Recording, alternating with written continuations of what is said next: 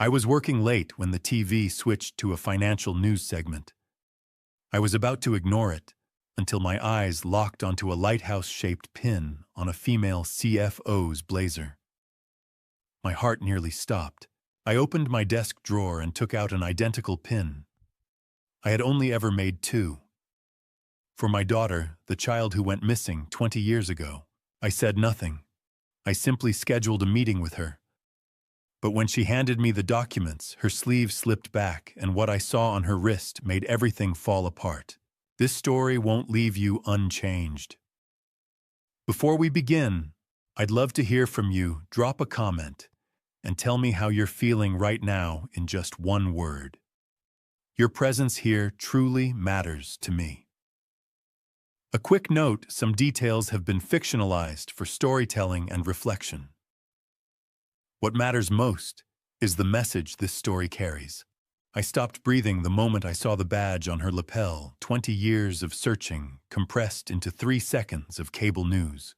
The financial reporter was interviewing someone about mergers, the kind of segment I usually ignore while working late. But something made me look up.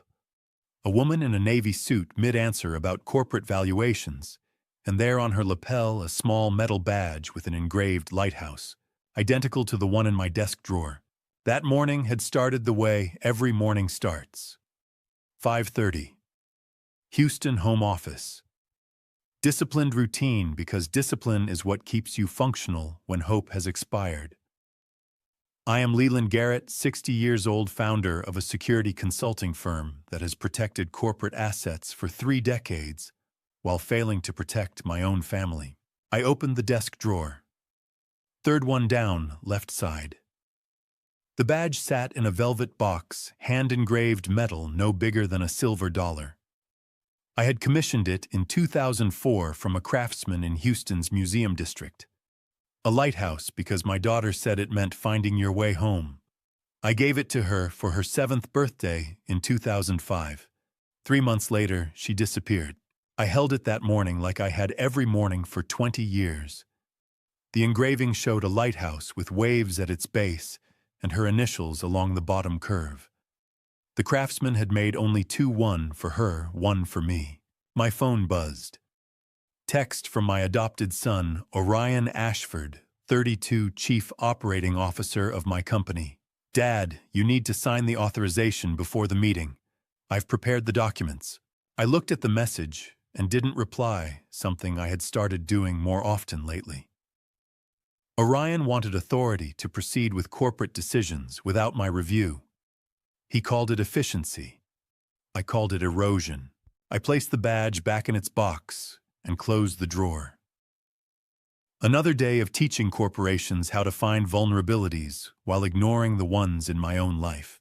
But that was morning. Evening was different.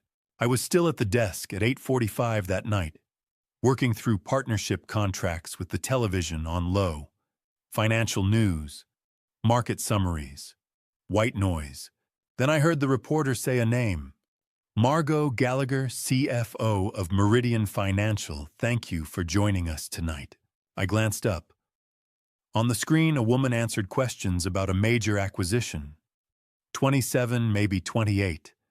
Sharp features, the kind of precision in her speech that comes from trusting numbers more than people. She wore a navy suit, and on her lapel, the badge. I grabbed the remote.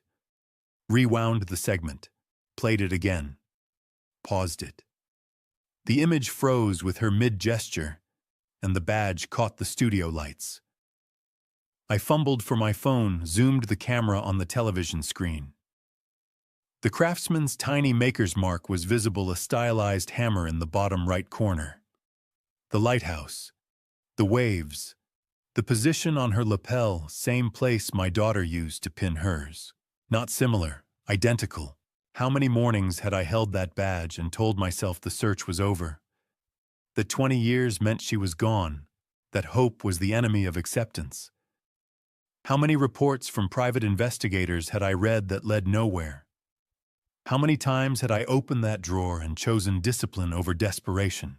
I rewound the segment 3 times, my hand shaking. There had not been many of those badges made. The craftsman specialized in custom metalwork one-off commissions. I had paid him to make exactly 2. Mine was in my drawer. The other should have been lost to whatever had taken my daughter, but here it was, on cable news. On the lapel of Margot Gallagher, CFO of Meridian Financial. I opened my laptop and searched for Meridian Financial's corporate information. New York headquarters. Founded 2018. Specialized in analyzing partnership agreements and corporate structure optimization. Recent expansion into security consulting integration. Security consulting. I pulled up my own company files. Partnership contracts, strategic relationships. The name appeared immediately. Meridian Financial had been Garrett Security Consulting's largest strategic partner for 2 years. Quarterly review meetings, joint client presentations, shared revenue agreements. The contract header on my screen read, Garrett Security Consulting / Meridian Financial, Q 3/2024 Strategic Partnership Review. I had signed those contracts. Orion had attended the quarterly meetings as my representative. He had sat across conference tables from her. I had approved meeting minutes that included her name.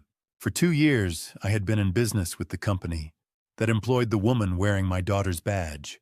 I am 60 years old, and I have spent 30 years teaching corporations how to detect the invisible, how to find the security flaw no one else sees, the vulnerability hidden in plain architecture. And I had been sitting across conference tables from my daughter without knowing it. I opened my desk drawer and took out my badge, placed it next to the laptop screen showing her frozen image. 20 years between 2 pieces of engraved metal, the same lighthouse, the same waves, the same craftsman's mark. The contract files showed our next joint meeting scheduled for 3 weeks from now. November. A routine security assessment at their Manhattan headquarters. I had attended some of these meetings in person, though usually I sent my team. This time would be different. This time I would go myself. I would stand in the same room with the woman wearing my daughter's badge. I would see if 20 years could be crossed by a piece of engraved metal and a father who had finally stopped trusting silence. But first I needed to understand why my private investigator, the one I had paid for 2 decades to search, had never mentioned Meridian Financial, had never flagged the connection, had never found what cable news had just handed me in 3 seconds. I closed the laptop without calling him. For the first time in 20 years of weekly reports and monthly retainers, I did not reach for the phone. Because if he had missed this, I needed to know why. And if he had not missed it, I needed to know that even more. My hand hovered over Donovan Chambers' number for 30 seconds before I realized I wasn't going to call him, not this time. Maybe not ever again. 3 days had passed since I saw the badge on television. 3 days of pretending to work while my mind ran calculations about what I knew and what I should have known. The meeting in Manhattan was scheduled booked through official channels like any routine security assessment. But before I walked into that room, I needed to understand why my private investigator had never mentioned Meridian Financial in 20 years of monthly reports. I pulled out the file boxes. 20 years of summaries neatly typed, consistently formatted. Donovan Chambers, private investigator, had been filing reports since 2005. I had read every one, or thought I had. I started with year 5. Page 3 showed a crossed-out file reference number in the margin INV-2010-447-M. I didn't remember making that edit. Page 7 had another. Page 12 another. Small marks easy to miss when you're reading for content, instead of questioning the document itself. I opened my laptop and searched our corporate partnership database. Meridian Financial founded 2018. Our strategic partnership began in 2022. 2 years of quarterly meetings, shared client presentations, joint security assessments. 2 years of a woman wearing my daughter's badge working 20 floors above street level while Donovan filed reports about dead ends in California and Oregon. How many times had I trusted his reports without verification? How many times had I accepted his negative results as truth, believed his careful explanations for why leads went nowhere? Paid his invoices without questioning why 2 decades of searching had produced nothing but crossed-out file numbers and professional sympathy. I typed an email to Meridian's scheduling coordinator. Scheduling Q4 security assessment as per contract. I will conduct the review personally this quarter. Donovan would ask why I was going myself. I would tell him it was routine. He would believe me because I had spent 20 years being predictable. I didn't call him. I closed the file boxes and put them back on the shelf. For the first time in 2 decades, I would let a week pass without his voice on the other end of the line. The Manhattan office sat on the 18th floor of a glass tower 3 blocks from Central Park. Professional lobby efficient receptionist, the kind of corporate environment that runs on calendars and access codes. A young assistant led me to the conference room where Margot Gallagher sat reviewing contract documents. She was younger in person than on television. 27, I knew from the research I had done in silence over the past week. She stood when I entered, shook my hand with the kind of firm grip that comes from working in rooms full of men who test every gesture. "Mr. Garrett," she said. "Your team's assessment last quarter flagged 3 access points. Have those been addressed?" The badge was there. Navy suit left lapel same position. The lighthouse caught the fluorescent light. "They have," I said. "But I wanted to review your new acquisition protocols personally. When companies merge, security gaps multiply." She nodded and pulled up a presentation on the screen. "I appreciate thoroughness. Most consultants send junior staff and bill senior rates." She didn't know she was talking to the founder. To her, I was just another contractor hired to find vulnerabilities. I let her believe it. We talked for 90 minutes. She asked precise questions about access logs, authentication protocols, physical security integration with digital systems. The kind of analytical mind that questions every assumption, tests every claim, trusts numbers over assurances. I watched her think through problems the way I had taught myself to think systematically, carefully, assuming nothing. She moved through the presentation with practiced efficiency, clicked to the next slide, gestured toward the data points, explained the merger timeline and the security concerns that came with absorbing another company's infrastructure. "The acquisition closes in 6 weeks, she said. "We need the vulnerability assessment complete before then." "I can have preliminary findings to you in 2 weeks, I replied. She made a note on her tablet. Professional, focused, no indication that the badge on her lapel meant anything beyond decoration. We finished the meeting. She stood and reached across the conference table to hand me the updated access logs. Her sleeve pulled back. Inside right wrist, a pale crescent-shaped birthmark. 20 years is 7,300 days of carrying a badge in a drawer and believing you will never see its match again. It is 2 decades of reading medical files and memorizing distinguishing features until they burn into your memory like photographs you can't stop developing. The birthmark was documented in her file from 2004. Dr. Morrison had noted it as a distinguishing feature during her 4-year checkup. Crescent-shaped, inside right wrist. Same size, same position, same distinctive curve. I took the access logs from her hand, without letting my expression change. "Thank you for coming personally, Mr. Garrett," she said. "It's rare to meet the actual founder." "I like to stay involved," I said. I walked to the elevator with a steady pace, pressed the button, waited. Rode down 18 floors while my pulse hammered against the professional mask I had spent 30 years perfecting. In the parking garage, I sat in my car for 20 minutes before my hands stopped shaking enough to turn the key.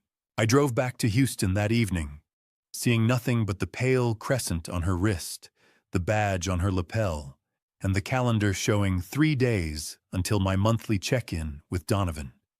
For the first time in 20 years, I would not be making that call.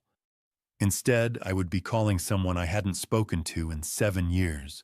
Morris Cobb, a former investigator in Montana, who had taught me that the most dangerous place to hide a lie is inside a routine you never question. At 2 in the morning, surrounded by 20 years of reports I had trusted without question, I finally understood the difference between investigating and reading what someone wanted me to see. The kitchen table disappeared under 240 monthly reports. I had pulled every file Donovan Chambers had sent since 2005, arranged them chronologically, and started reading with the kind of attention I should have paid 2 decades ago. The pattern emerged within the first hour. Donovan never reported negative results, not once in 20 years. He never wrote, "Checked this lead and found nothing," or searched Oregon foster records with no match, or interviewed witness who had no relevant information. Every report described leads that required more time, investigations that needed continuation, promising directions that somehow never produced results but always justified another month of billing. 240 reports without a single closed door. I cross-referenced against my own corporate files. In 2022, when Meridian Financial became our strategic partner, I had mentioned it to Donovan during our monthly call. I remembered the conversation. I had been excited about the partnership, described the contract terms, mentioned the CFO by name. He had said, "I'll make a note," in that careful voice he used when logging information. I searched his reports from 2022 forward. 24 months of summaries. Not one mention of Meridian Financial. Not one reference to a CFO named Margot Gallagher working 20 floors above Manhattan street level wearing my daughter's badge. The crossed-out file numbers appeared in years 8, 12, and 17. Always in the margins of pages listing external agency contacts, FBI field offices, state foster systems, missing persons databases. Small edits that looked like clerical corrections, but followed a pattern too consistent to be random. What kind of investigator runs a case for 20 years and never once reports checking a dead end? What kind of professional never says, "I looked here and found nothing," never closes a single line of inquiry, never definitively rules out a possibility? Either the worst investigator I could have hired, or someone who wasn't investigating at all. I had told him about the partnership. He had made a note. And then he had filed 2 years of reports without mentioning that my daughter might be working for a company I met with quarterly. At 6 in the morning, I drafted a text to Morris Cobb. Morris Cobb, 65, retired FBI special agent living in Montana. Isolation had been my colleague before I left the bureau to start my security consulting firm. We had worked financial crimes together, learned the same interrogation techniques, developed the same instinct for when someone was managing information instead of sharing it. He had retired 7 years ago after his wife died, moved to a cabin outside Kalispell, and stopped returning most calls. I typed carefully. Morris, need to meet. Montana. This week, if possible. Not over phone. I stared at the message for 5 minutes before adding -Leland. I sent it. Expected nothing. Morris had isolated himself deliberately, and I had respected that distance for 7 years. He responded in 20 minutes. Is this about your daughter? I sat holding the phone, reading those 5 words over and over. 7 years of silence, and he remembered. Remembered enough to understand that if I was breaking protocol to contact him, it could only be about the one case I had never been able to close. I typed yes, and the person I hired to find her. The response came faster this time. The Thursday 3 p.m. Don't call your PI. Don't change your routine with him. A second message followed with GPS coordinates for what I assumed was his cabin. Then a third. If he's been lying for 20 years, he's either very good or very scared. Either way, he's watching for changes. I had built a career teaching executives to detect deception in their organizations, and I had been paying someone to deceive me for 2 decades. But Morris understood something I was only beginning to process. 20 years of systematic deception required either extraordinary skill or extraordinary fear, and both made people dangerous. The monthly check-in with Donovan was scheduled for Friday. I had planned to skip it, let silence signal that something had shifted. Morris's message made it clear that would be a mistake.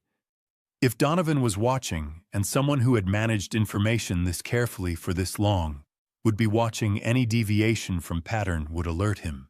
I would have to make the call. Would have to ask the same routine questions I had asked for 240 consecutive months.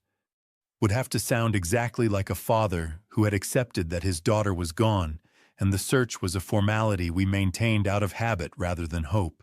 I opened a new folder on my laptop and began assembling the evidence file. Photograph of Margot from the television interview badge visible on her lapel.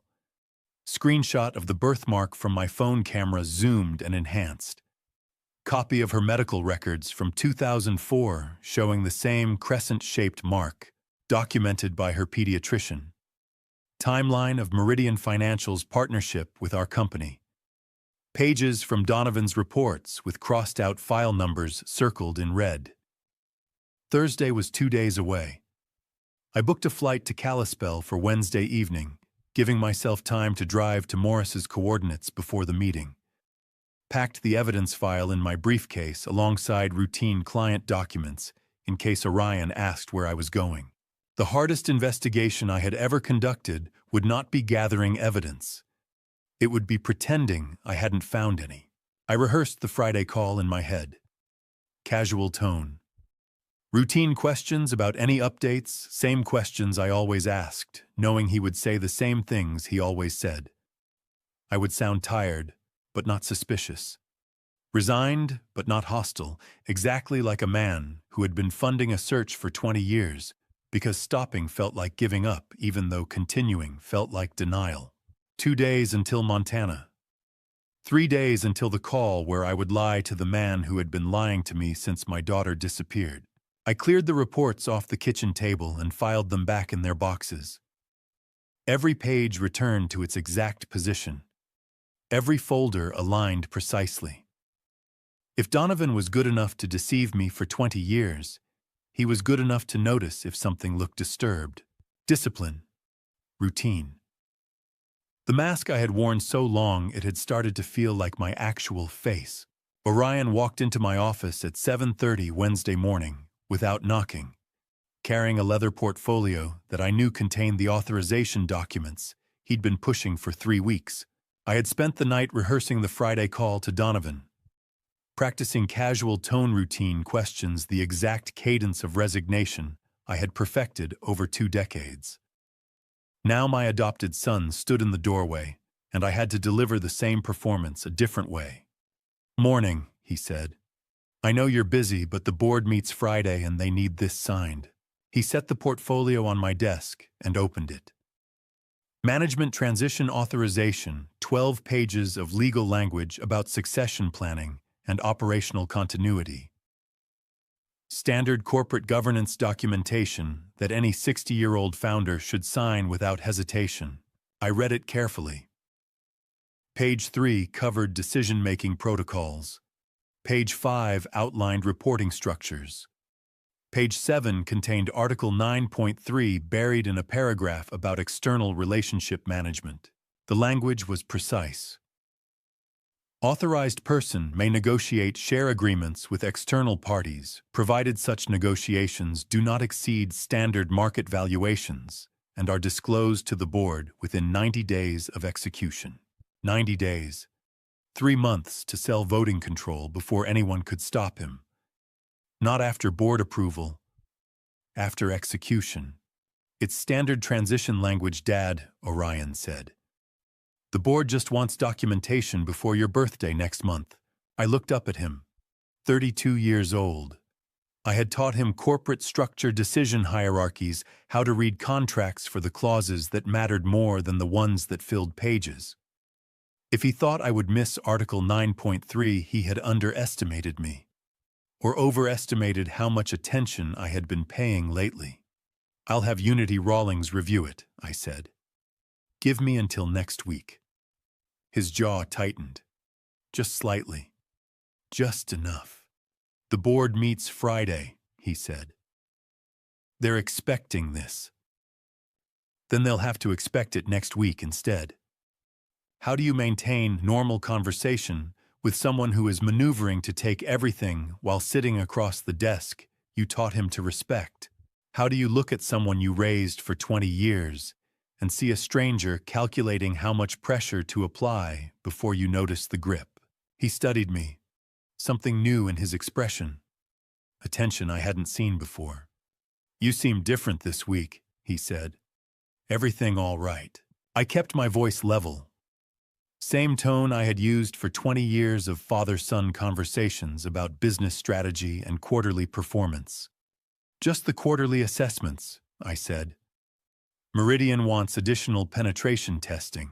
His eyes moved to the papers on my desk. The Montana flight confirmation sat face down, boarding pass details hidden, just another document in the usual clutter. His gaze lingered there, then returned to my face. Calculating. Measuring. When do you leave? He asked. This afternoon. Back tomorrow night. He nodded, picked up the portfolio, paused at the door. Next week then, he said. After he left, I sat motionless for 5 minutes. Then I called Unity Rawlings and told her I needed an independent legal review of succession documents. No rush. No need to mention it to anyone else on the board yet. She agreed without asking why. The flight to Kalispell left at 3. I made it with 20 minutes to spare. Morris's cabin sat at the end of a dirt road that turned to mud in spring and dust in summer. October meant dust. The lake beyond the trees reflected afternoon sun like hammered metal.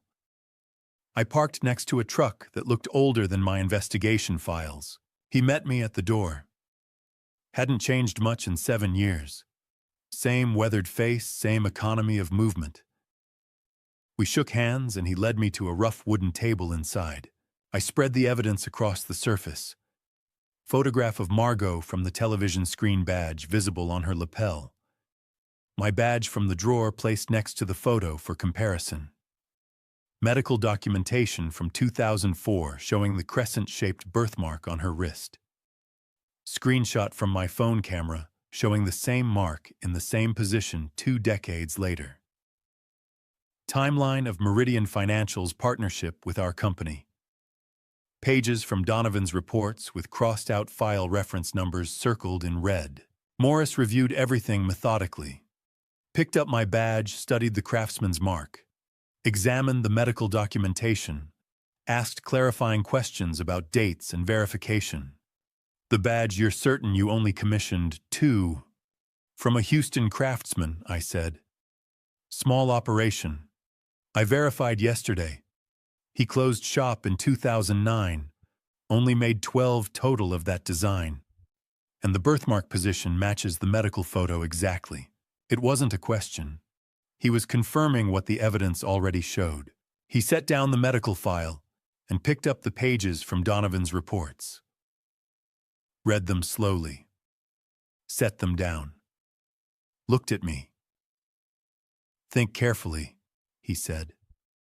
In 20 years of reports from Donovan, did he ever write that he checked a specific lead and found nothing? Not that a lead went nowhere after investigation, but that he looked somewhere specific and reported negative results. I thought back through 240 monthly summaries. Reports about promising directions that needed more time. Investigations requiring continuation. Leads that somehow never produced results, but always justified another month of billing. No, I said. He reported leads that needed more time, leads under investigation, but never a definitive negative result. The difference between 20 years of bad luck and 20 years of systematic deception is a single question I never thought to ask. Morris nodded. That's not investigation. That's information control. Professional investigator always documents dead ends to show thoroughness. You report what you found and what you didn't find. Negative results prove you did the work. Only someone hiding information omits them. He stood, walked to the cabin window overlooking the lake, spoke without turning around. Give me 1 week. Don't call Donovan except for your routine check-in Friday. Don't sign anything Orion gives you. Don't change a single pattern in your life. He turned back, and I saw something in his expression I remembered from 15 years of working federal cases together.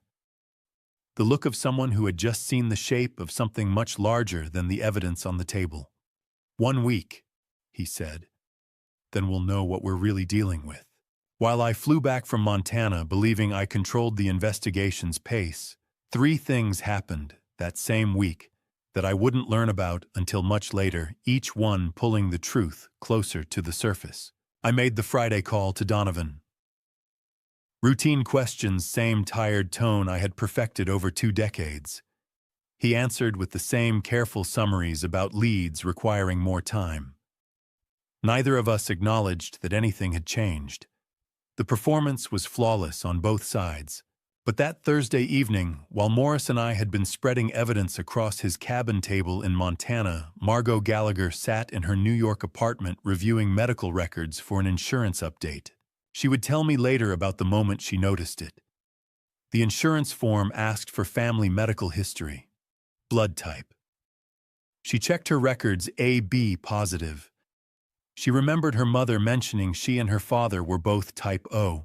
It took her a moment to realize the biological impossibility. 2 type O parents cannot produce an AB positive child. Basic genetics she had learned in high school and forgotten until a routine form made her remember. She called her adoptive parents that evening. Her mother answered. Margot asked the question casually, at first thinking there must be a simple explanation. Maybe she had misremembered their blood types. 5 seconds of silence on the other end of the line. Then her adoptive father's voice, having taken the phone from his wife. Margaret.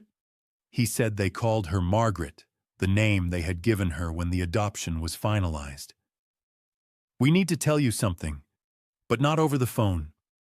Can you trust us until we visit next month? She trusted them. She agreed to wait. But the question had been planted, and it grew in the silence that followed. The next evening, Friday, the same day I made my performance call to Donovan Orion, met with Donovan at a private restaurant in Houston.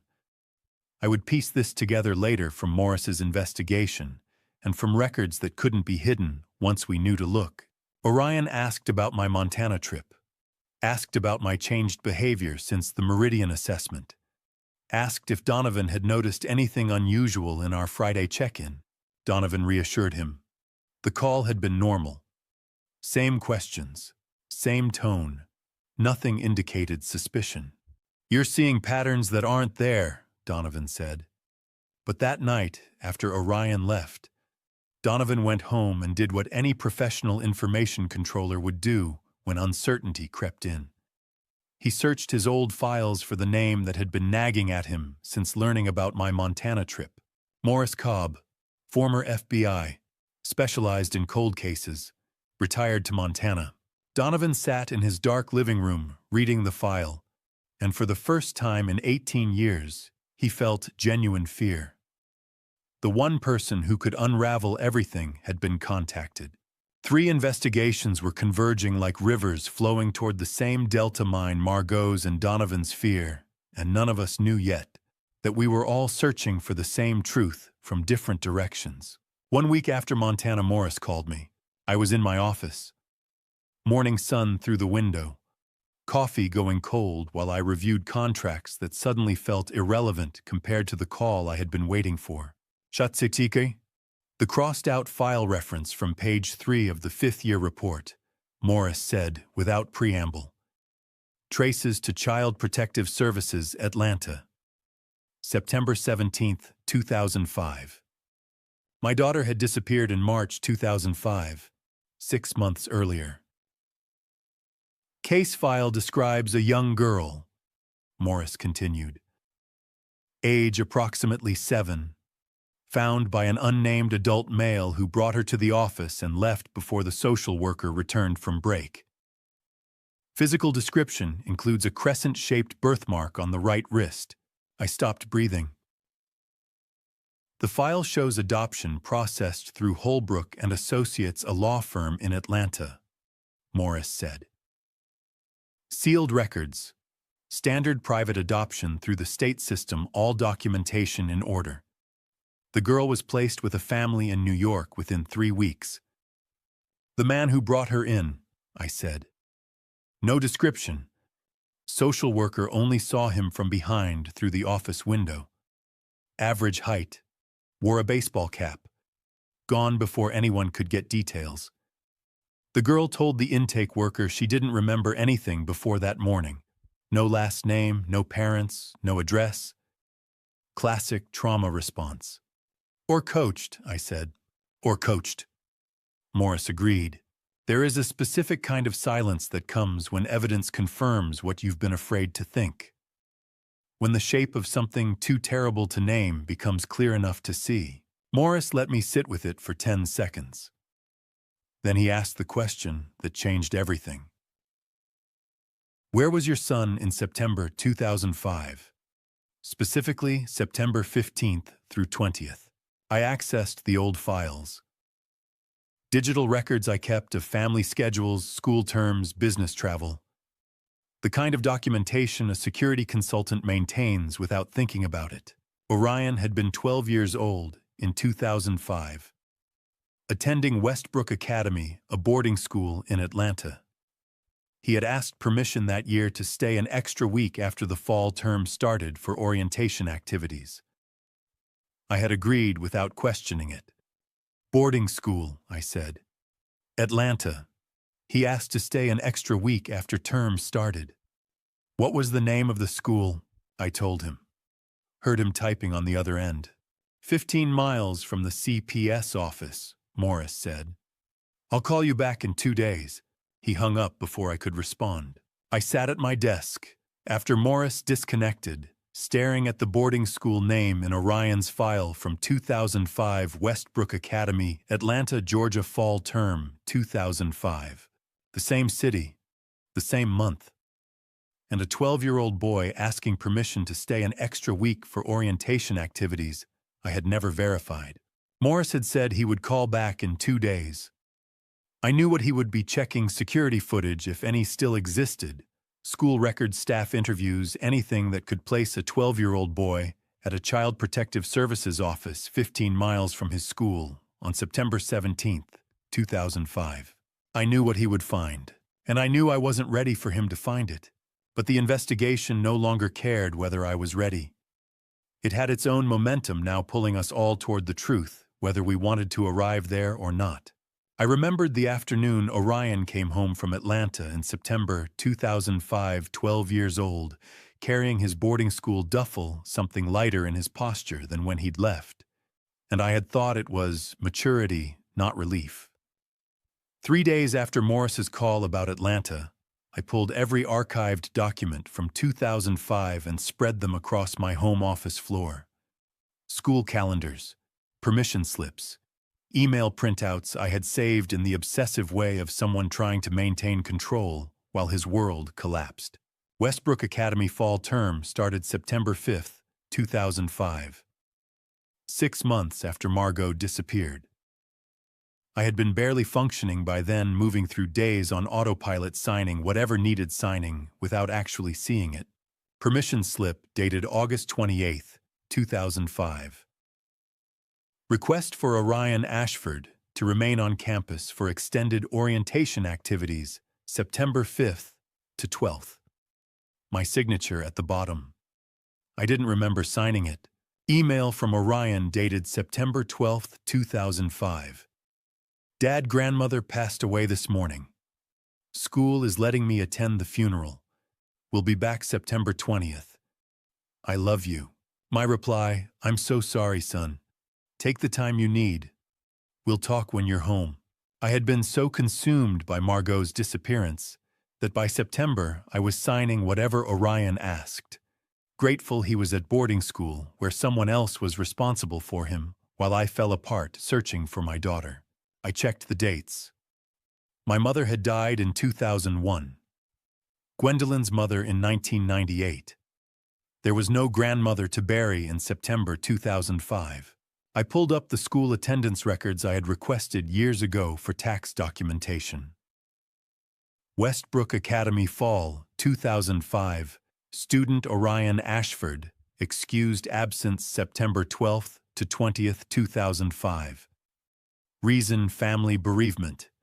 Return to campus September 21st, 2005. September 21st.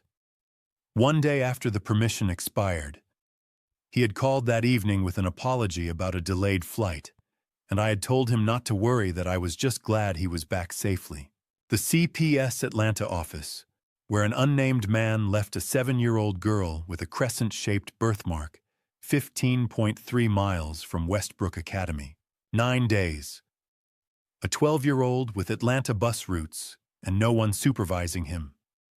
No funeral to attend. No grieving relatives expecting him. Just 9 days unsupervised in a city where my daughter appeared at Child Protective Services on September 17th. There is something particularly cruel about discovering you taught someone the skills they used to destroy you. I had trained Orion in security systems that summer, before he left for boarding school, thinking I was preparing him for the family business. Taught him how to identify blind spots in surveillance coverage, how to move through spaces without drawing attention, how to understand the vulnerabilities in any system built by humans. And he had used that knowledge to hide my daughter for 20 years. I found the photo box from 2005 at the back of my filing cabinet. Family pictures I had stopped looking at after Gwendolyn died, images that hurt too much to revisit. Thanksgiving, 2005.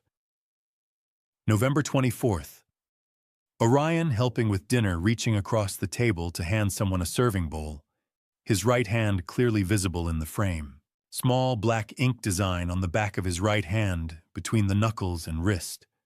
Fresh-looking, dark edges, clean lines. The kind of tattoo that hadn't faded yet because it was recent. I zoomed in with my phone camera. Geometric pattern, deliberate placement. Too detailed to be accidental, too fresh to have been there long before the photo. 2 months after Atlanta.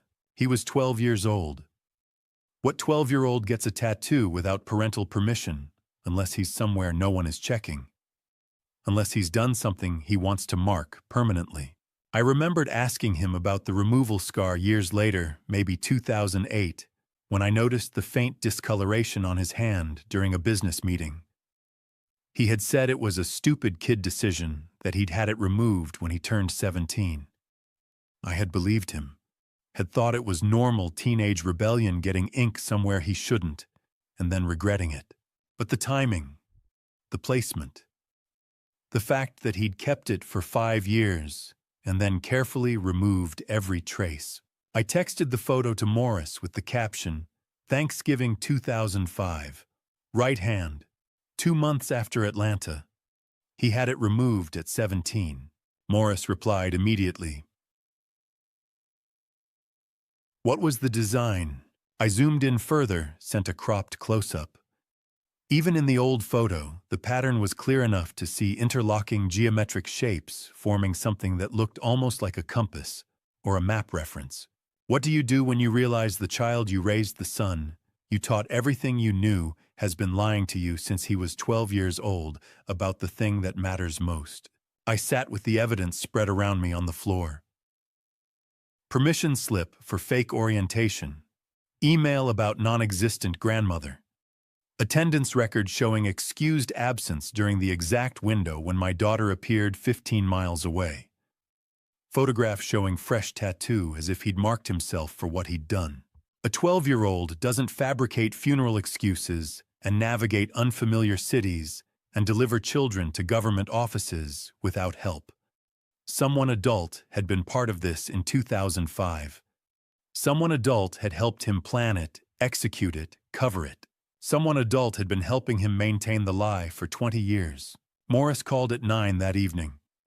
"The tattoo is good evidence," he said without preamble. "But I need you to think about something harder. A 12-year-old doesn't plan and execute this alone. Someone adult was helping him in 2005. Someone taught him how to do it, how to cover it, how to maintain it. And that someone has been helping him keep the secret ever since." "I know," I said. "How do you?" Morris asked. "Because whoever it is has been in your life this whole time. Close enough to monitor, close enough to adjust the cover story, close enough to know exactly what you're thinking." I looked at my phone. Tomorrow's calendar showed a meeting I never missed, monthly check-in call with Donovan Chambers. 10 a.m., scheduled for 20 years. Never missed once. "Yeah," I said to Morris. "I know." Morris called at 6:45 Monday morning, earlier than I expected, and I knew before answering that whatever he'd found was bad enough he couldn't wait. I was pulling into the office parking lot, saw his name on the screen, and pulled into a corner space away from the entrance cameras. Put the call on video. His face filled the screen. No greeting. "I'm sending you a document now," he said. "Look at page 3, section 4B, referral source." The file appeared on my phone. Atlanta law firm, Holbrook and Associates. Adoption processing documents dated October 2005. 1 month after the CPS intake. I scrolled to page 3. Section 4B, community referral source. The name typed there in official legal documentation, Orion Ashford, age 12. Listed as family acquaintance of prospective parents. No adult co-signature. No supervising attorney notation. Just a 12-year-old's full legal name on the document that processed my daughter's sealed adoption. "That's his name," I said. "His full legal name. On an adoption referral. He was 12 years old." A 12-year-old doesn't get his name on legal adoption documents without an adult attorney who knew exactly what they were doing and why, Morris said. Someone filed this paperwork. Someone processed it through the system.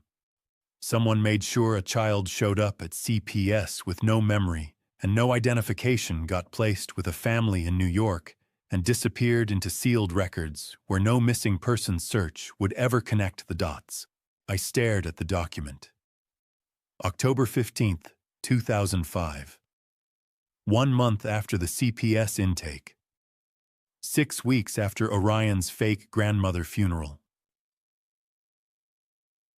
"Where was Donovan Chambers in 2005? Morris asked. "What city, I pulled up my business records on my phone. Old contract files, employment locations. The kind of documentation I kept on everyone who worked for me or with me. Donovan Chambers, private investigator. Primary office, Houston, Texas.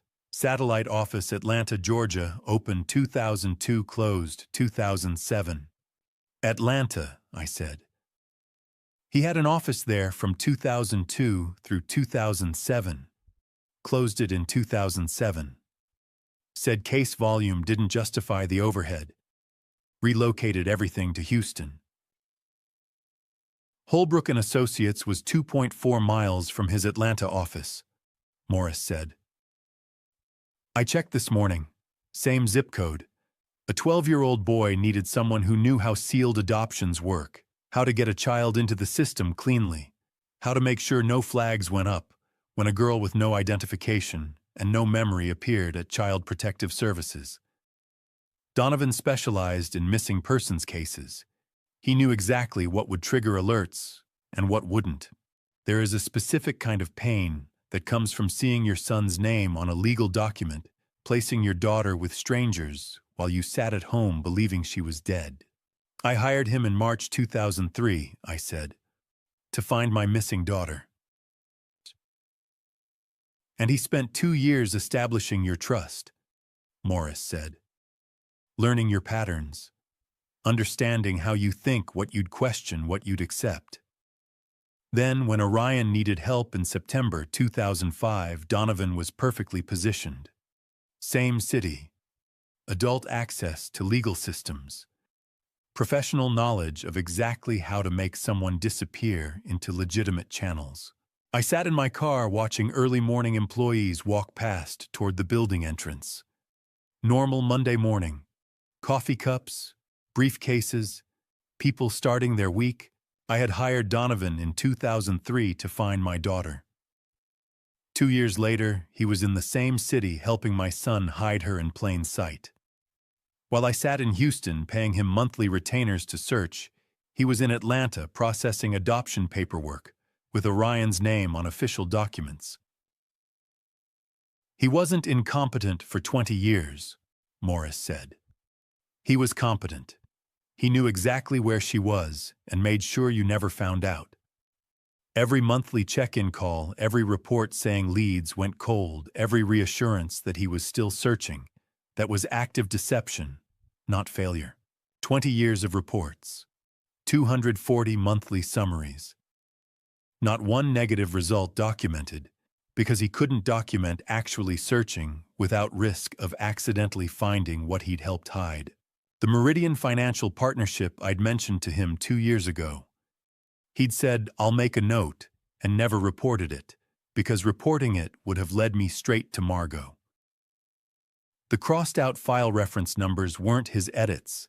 They were evidence of what he'd removed before I ever saw the reports. "The call is today," Morris said. "Your monthly check-in, 2 p.m. right." I looked at my calendar. The recurring meeting I never missed.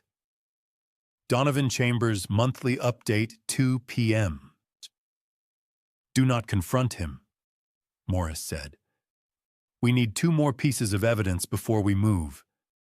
The adoption connection isn't enough by itself. Orion could claim he was just a kid, passing along information, didn't know what was happening. We need proof Donovan and Orion coordinated this, maintained it, actively worked together to keep her hidden. Can you make that call? Can you sound normal? How do you have a normal conversation with someone who has been lying to you about the location of your child for 20 years, while you paid him to keep lying? "I've been doing this job for 30 years, I said. "I can lie when I need to." "Good," Morris said.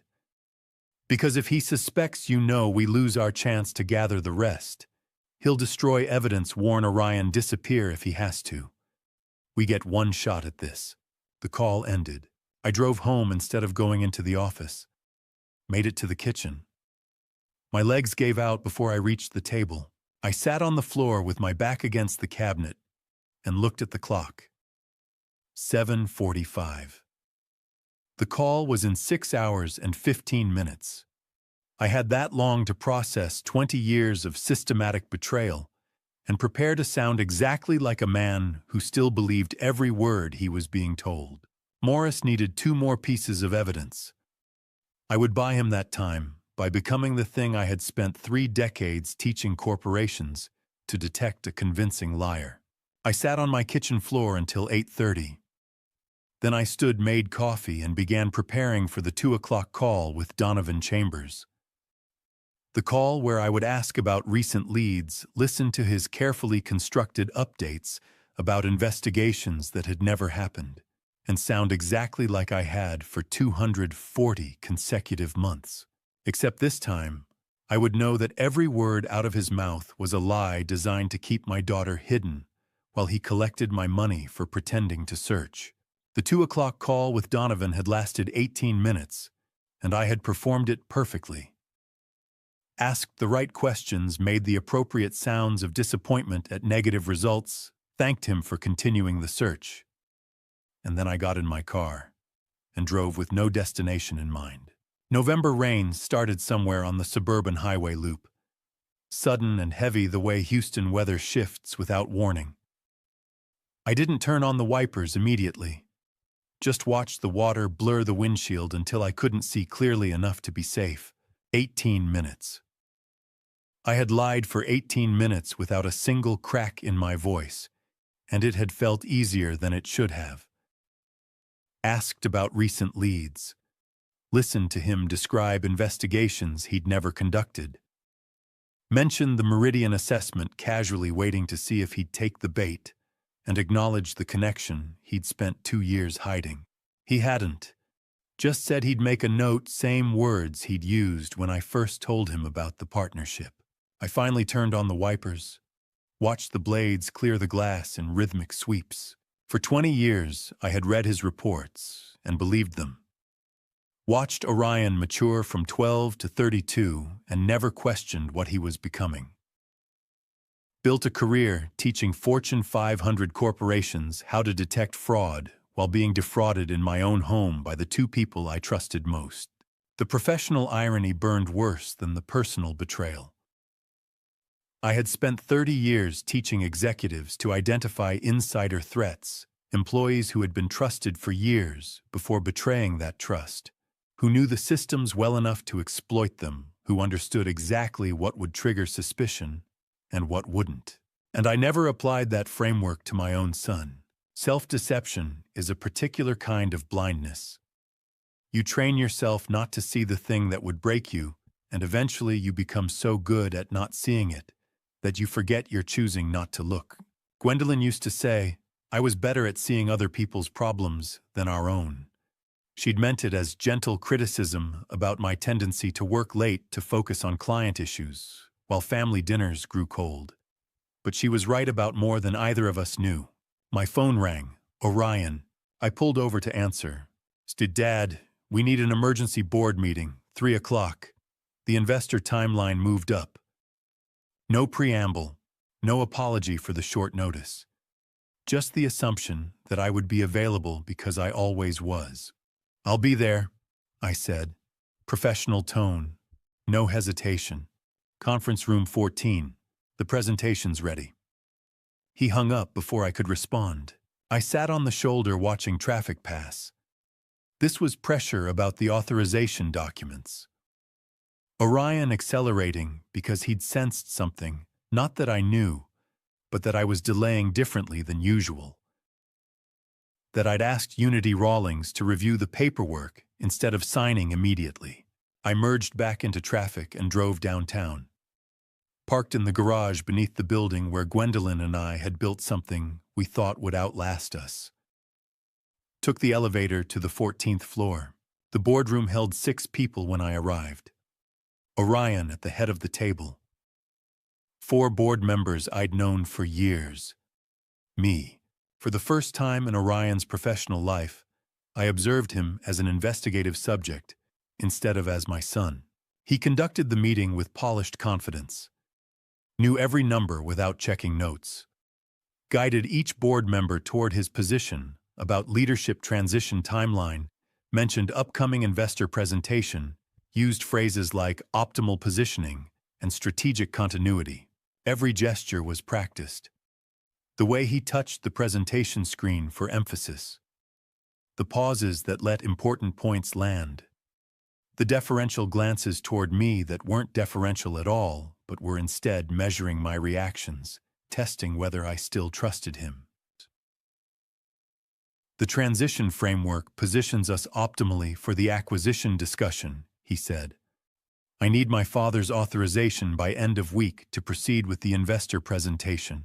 One of the board members asked about timeline flexibility. We lose the opportunity if we delay past mid-December, Orion said. The window is narrow. He looked at me. Dad, any concerns about the timeline? Testing, measuring. I'm reviewing the documentation, I said. Unity's doing legal analysis. We'll have it done by next week's meeting. Watching your son conduct a meeting to steal your company is like watching someone you taught to swim.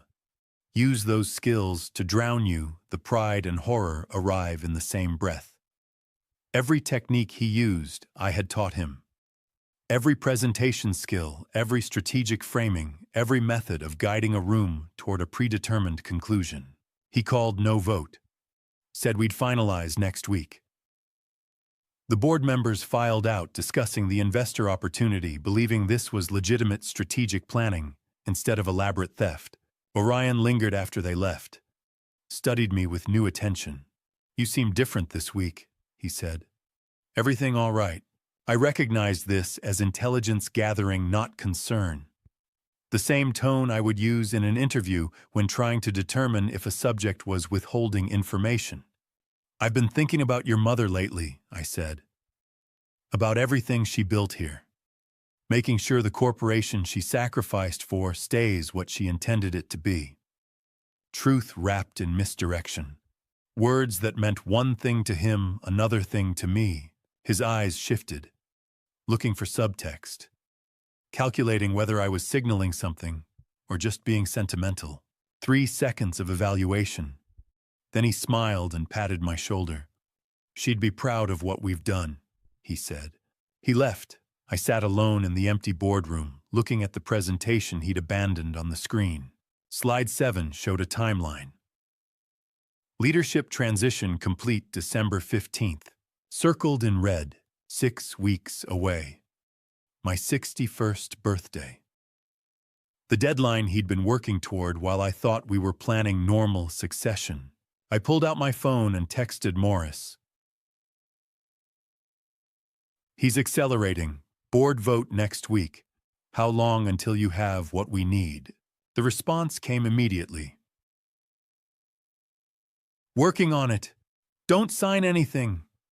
I'm close. Close wasn't the same as done. And next week wasn't the same as 6 weeks from now. Orion had compressed his timeline because he'd sensed hesitation, and now we were in a race between his pressure and Morris's evidence gathering. I turned off the presentation screen and left the boardroom. The building felt different now. Every floor Gwendolyn had walked, planning quarterly reviews, every conference room where we'd made decisions together about the business we were building, all of it containing a conspiracy I'd been too blind to see, until I finally looked. I hadn't been inside Gwendolyn's room in 16 years, not since the week after her funeral when I closed the door and left everything exactly as it was. But Morris's text asking for any corporate documentation from 2005 through 2008 gave me a reason to finally cross that threshold. 11 at night. The house quiet. I used a flashlight instead of turning on the main light, moving through her space like an intruder in my own home. The room was exactly as she'd left it. Reading glasses on the nightstand. Book spine up at page 247, a mystery she'd never know the ending to. Her robe still hanging on the bathroom door hook. I was looking for the legal document box she'd kept on the shelf, old corporate articles, formation papers, the kind of documentation Morris needed to trace ownership structures. Found it behind a stack of her notebooks, journals she'd kept sporadically over the years. As I lifted the box, a small envelope fell from inside one notebook's cover. My name in her handwriting. Below it, "To you, when you're ready." Dated 2 weeks before she died. I sat on the floor with the flashlight and opened it. 3 handwritten pages. Dated October 2007, 1 year before her death. 16 years ago. The first paragraph stopped my breathing. "Shti, I have watched our son do things I cannot explain, and I am too afraid of the truth to ask him about them directly. So I write this instead, hoping I am wrong, praying that these suspicions are grief making me paranoid about the one child we have left." She described an incident from that summer. 15-year-old Orion on the phone in the garage, speaking too quietly. When she entered, he hung up abruptly. Became defensive when she asked who he was calling. Wouldn't meet her eyes. Another incident. She'd found him in my office at 2 a.m, searching through files. He'd said he was learning the business, but he wasn't taking notes. She'd watched from the doorway he was photographing documents with his phone. A third. She'd overheard him on the phone asking someone, "What happens if Dad dies before he signs the new ownership structure?" He was 15 years old. Who asks that question at 15? "Trey, I have no proof," she wrote. Only a mother's instinct that something is wrong. and I am too afraid of what proof might show to look for it. Grief is not linear. 16 years can pass, and then you find an envelope in your dead wife's handwriting, and suddenly it is the week after the funeral again, only now, with 20 years of accumulated failure between then and now. I kept reading. She explained her reasoning for not telling me. Our daughter was already gone. Grief consumed us both. She couldn't bear to tell me that our son might be involved in something wrong, feared it would destroy what little family we had remaining. She'd chosen to watch Orion carefully, instead of confronting him. Hoped she was wrong. Prayed her suspicions were just trauma distorting normal teenage behavior into something sinister. "How do I tell you," she wrote, "that the son we raised together might have done something to the daughter we lost? Which betrayal is worse, his or my silence about suspecting him?" The handwriting changed on the final page. Shakier. Added later, maybe weeks before she died. I was right to be afraid. Something happened last week that confirmed my worst thoughts. I cannot write the details here, I am too much a coward even now. But I have kept something for you in case you ever need it. Something I recorded by accident when I thought I was alone in the house, but wasn't. I have kept it hidden where you would never think to look, but where it would survive if you ever became ready to see what I was too afraid to show you. The next paragraph was harder to read. Her handwriting deteriorating. But I chose wrong. I chose to protect you from the knowledge and myself from your reaction to it. I chose the comfort of uncertainty over the pain of certainty. If you are reading this, I am gone. And you have finally become ready to see what I was too afraid to show you while I could still see your face. How many marriages have foundered not on the things said, but on the things both people knew and chose not to say? Thinking silence was protection when it was actually slow poison. We had both seen it, both suspected, both chosen silence over confrontation. And our daughter had spent 20 years living under a different name because neither of us had been brave enough to ask the questions that mattered. The final sentences directed me to the evidence. I keep something in the small blue medical kit in the bathroom cabinet we used to share. Bottom shelf behind the old prescriptions I kept meaning to throw away. Listen to it only if you're ready to act on what you hear. I love you. I'm sorry I wasn't stronger. Gwendolyn.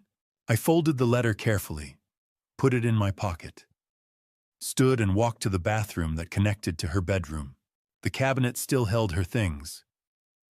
Prescription bottles from 2008. Expired pain medication I'd never thrown away because touching her belongings felt like erasing her. Bottom shelf behind the pill bottles. The small blue medical kit. I pulled it out, opened it. Inside, bandages, antiseptic, the usual first aid supplies we'd kept there for years. And beneath them, wrapped in a piece of cloth, a small USB drive. A piece of paper folded into quarters sat next to it. I unfolded it. Her handwriting again, different pen written in obvious haste. Audio recording, September 2007. I heard this by accident. It's 47 seconds long. It changes everything. I sat on the bathroom floor holding the USB drive. 16 years it had been here. 16 years she had carried this knowledge alone, hoping I'd never need it, knowing I eventually would. She had been gone since 2008, but she'd been trying to protect me all this time, leaving evidence where it would survive, where I'd find it, only when I was finally ready to understand what it meant. I closed my hand around the drive and stood. Walked back through her bedroom, past the book open to page 247, past the reading glasses, waiting for eyes that would never use them again. She'd given me what Morris needed. 47 seconds that would change everything. I just had to be ready to hear it. I plugged the USB into my laptop at 11:47 Monday night, put on headphones, and clicked the single audio file dated September 24th, 2007, 17 years ago. 1 year before Gwendolyn died, 2 years after my daughter disappeared. The audio quality was poor. Recorded from a distance like a phone left on a table or hidden in a pocket. Background noise, garage sounds maybe. A car engine cooling. Metal settling. Then a voice. 15 years old. Unmistakably Orion. What if the old man finds her, then what? A pause. Adult male voice responding. I would compare it later to confirm, but I already knew Donovan Chambers. He won't. I control every lead he sees. As long as the adoption stays sealed, there's no connection. But if he does find her, she's the legitimate heir. I get nothing. Juan, that's why you're paying me to make sure he doesn't. The girl is gone. Your father will never know. Footsteps, approaching. The audio cut off abruptly. 47 seconds. The length of time it takes to destroy 20 years of uncertainty and replace it with certainty. I sat motionless. Played it again. The voices were clear enough. Orion's teenage pitch. Donovan's careful professional tone corrupted into conspiracy. The words unmistakable.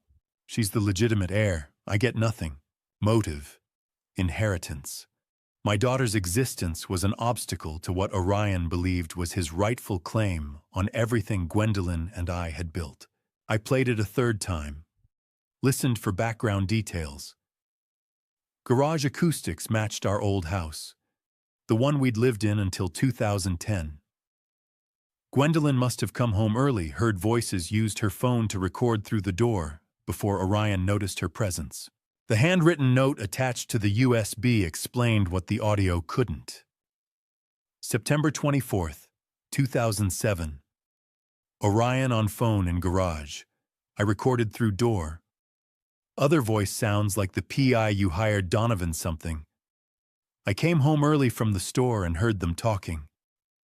By the time I realized what I was hearing, I was already recording. I stopped when I heard Orion coming toward the door. He never knew I was there. Her handwriting was steadier here than in the letter written closer to the event, before illness made her hand shake. I can't show you this while I'm alive, because it would destroy our family, and I am a coward. But if you're reading this, I'm gone, and you've finally become ready to do what I was too afraid to do. I'm sorry. I love you. Use this to protect what we built.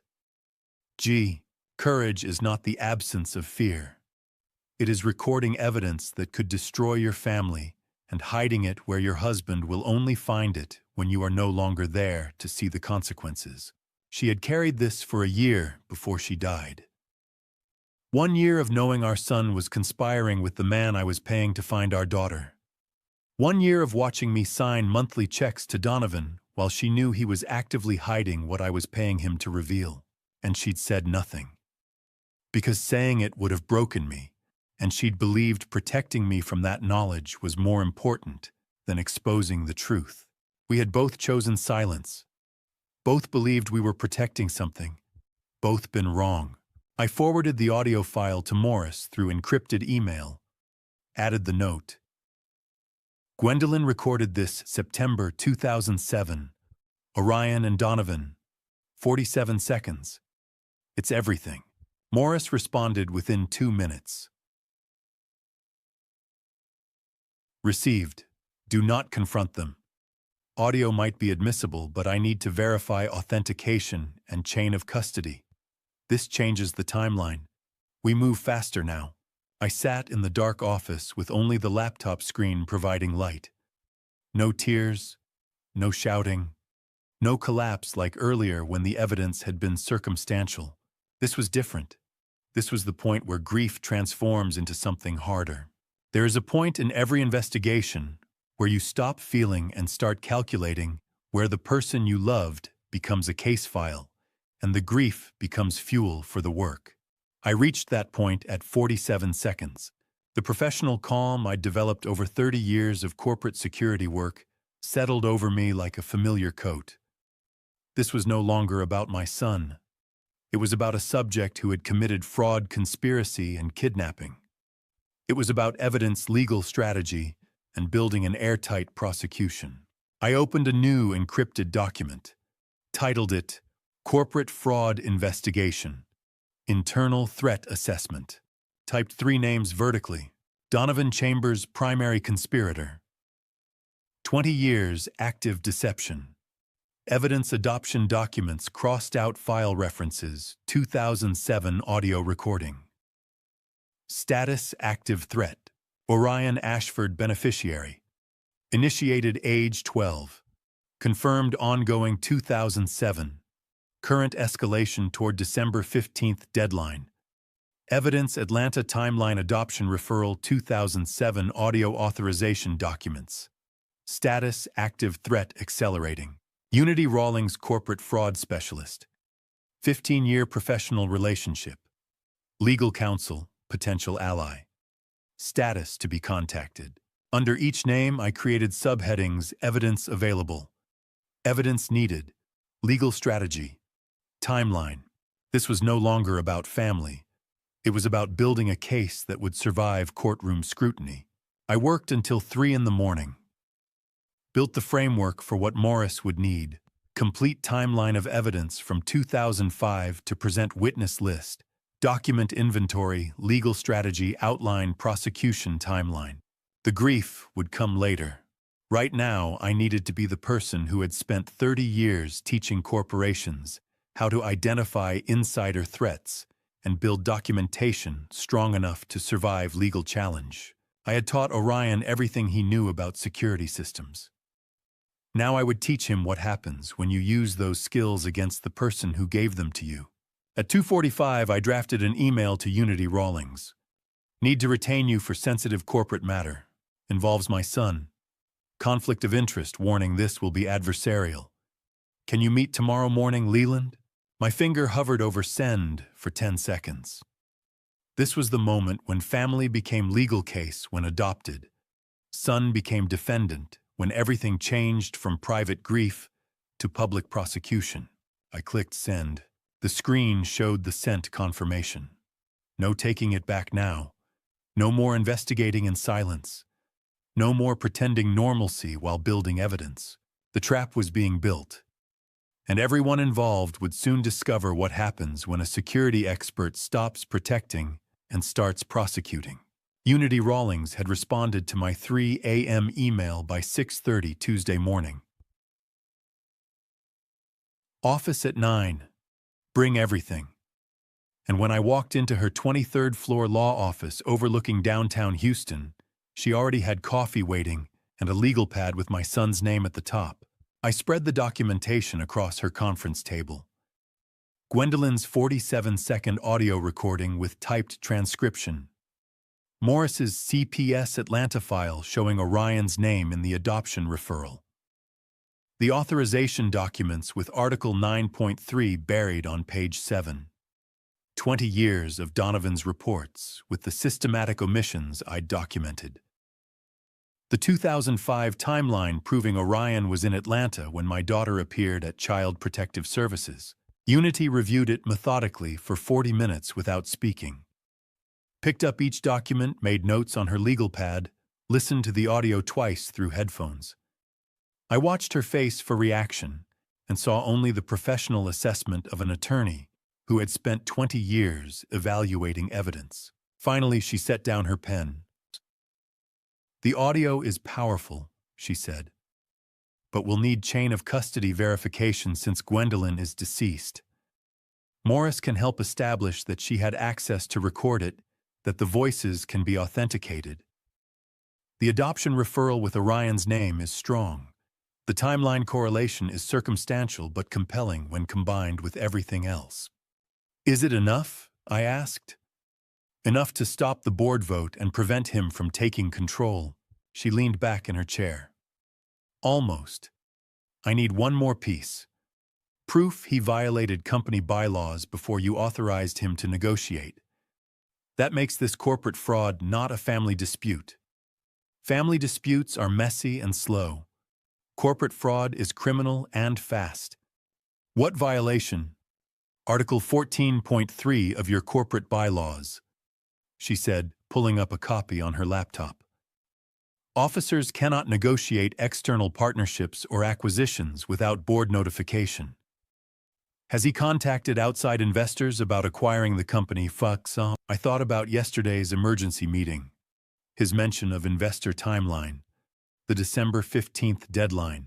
He mentioned investors in yesterday's meeting, I said, but I don't have proof of contact. She turned the laptop screen toward me. You're the CEO with admin access to company email systems. You can review officer communications for compliance purposes. It's completely legal. You built those systems, didn't you? There is a specific professionalism required to sit across from an attorney and discuss legal strategy for prosecuting your own son. You separate the relationship from the crime, the love from the betrayal, and you focus only on the evidence. I designed the email security architecture in 2015, I said.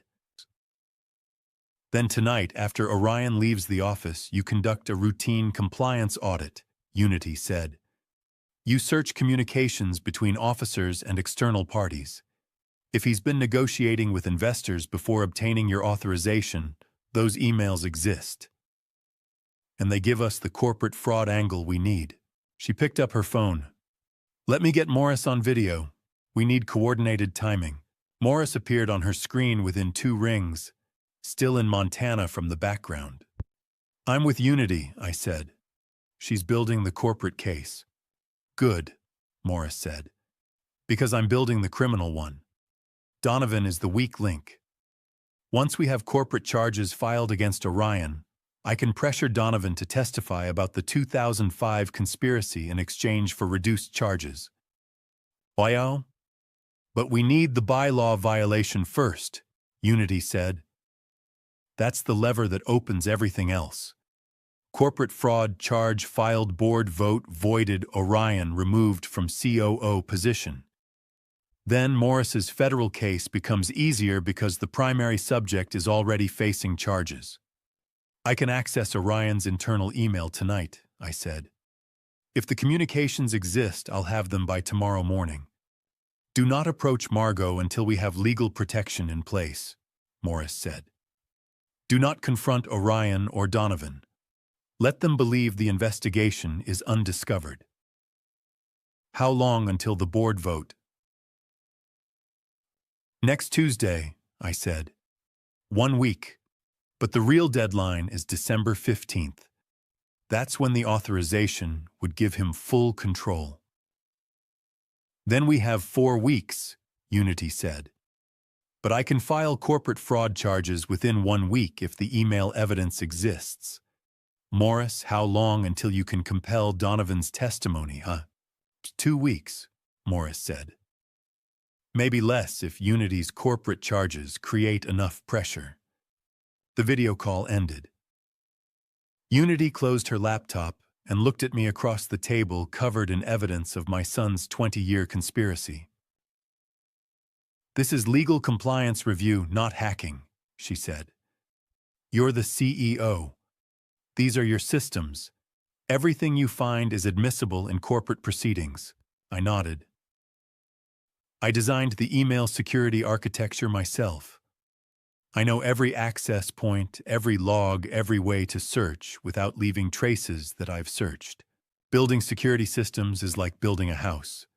You install cameras and alarms to keep intruders out, never imagining you'll one day use those same cameras to document the betrayal of someone who always had a key. 3 decades building walls to keep threats out, I said, and the threat was inside the entire time. Tonight, Unity said, after he leaves, you find those emails we filed charges Friday, and we stop this before the board meeting. I gathered the evidence back into my briefcase. The professional irony settled over me with perfect clarity. I had spent 15 years teaching corporate clients how to detect insider threats through email pattern analysis, how to identify officers who were negotiating behind the board's back, how to find the communications that proved breach of fiduciary duty. Tonight I would use those exact techniques on my own son. And I knew precisely where to look. External email domains. Recent 3 months. Search terms acquisition investor partnership proposal. Sort by date filter by recipient outside company domain flag any communications sent before board notification. The tools existed because I had built them. The access existed because I was CEO. The knowledge existed because I had spent 30 years becoming expert in exactly this kind of investigation. I left Unity's office at 11 with a clear mission. Wait for Orion to leave tonight. Access the company email server using admin credentials. Search his communications with external parties. Find dated proof of bylaw violation.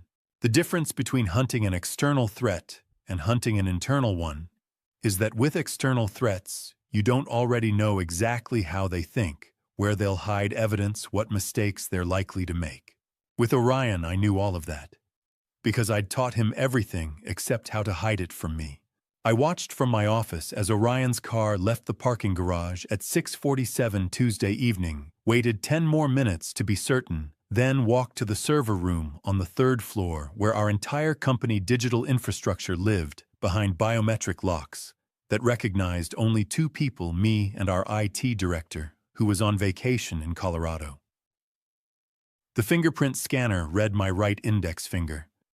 Admin password entered.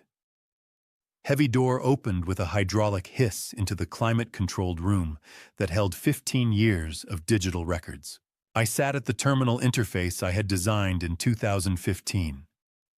Typed the commands I had programmed myself to use for exactly this purpose, detecting threats to corporate security.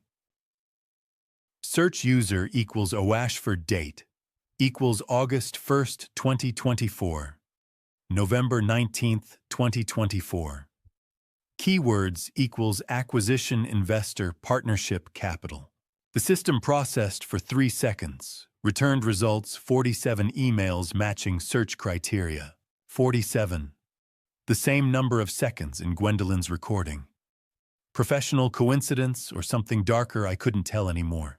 I opened the first email, dated August 12th, 2024. From Orion to someone at Sterling Capital Partners.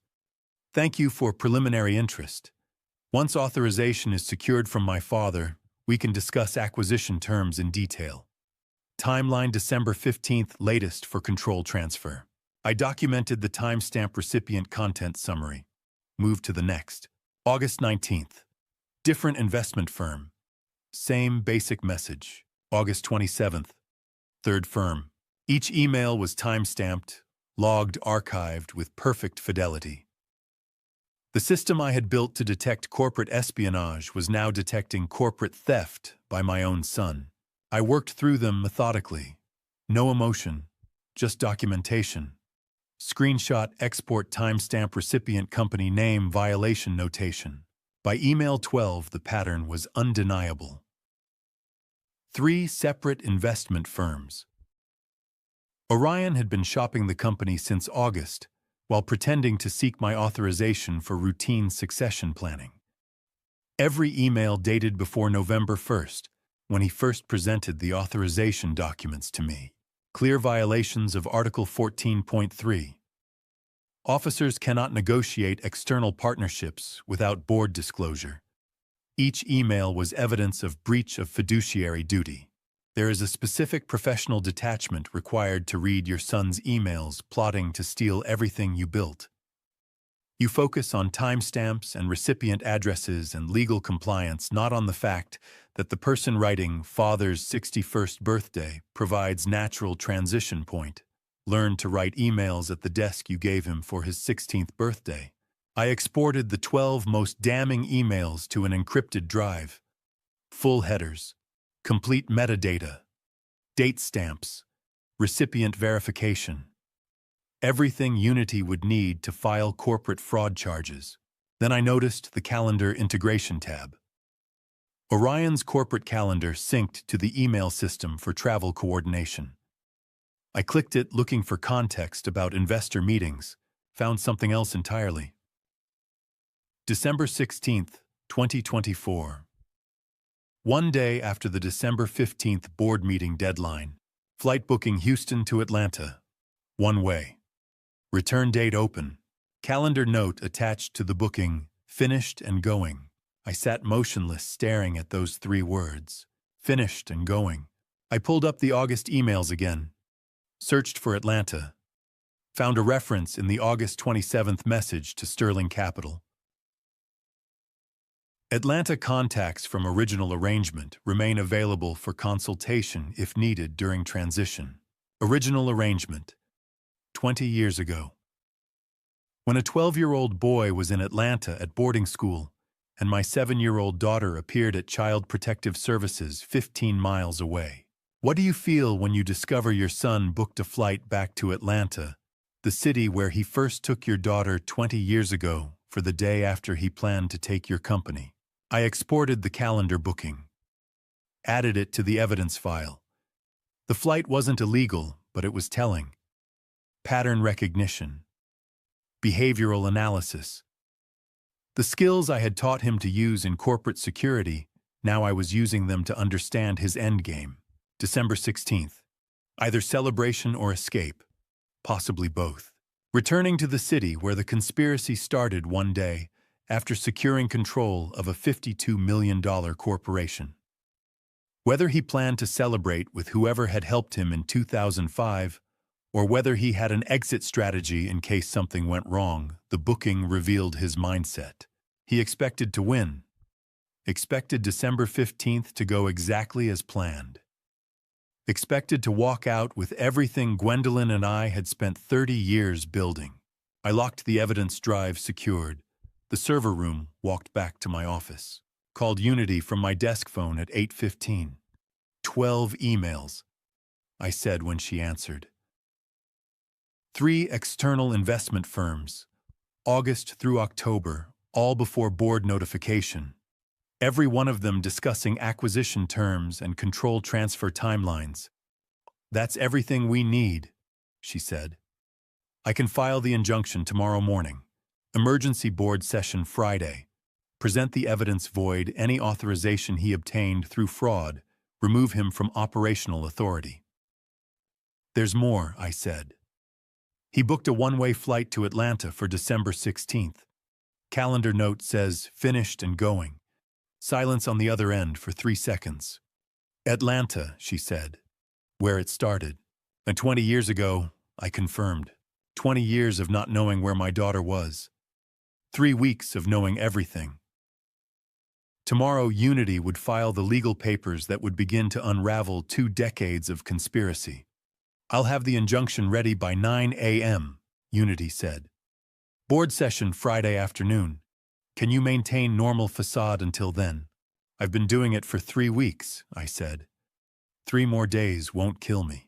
Though sitting across a conference table from Orion on Friday, knowing what I knew, showing him the evidence of his own emails, watching him realize the surveillance system he'd seen me build, had been documenting his betrayal that might come close.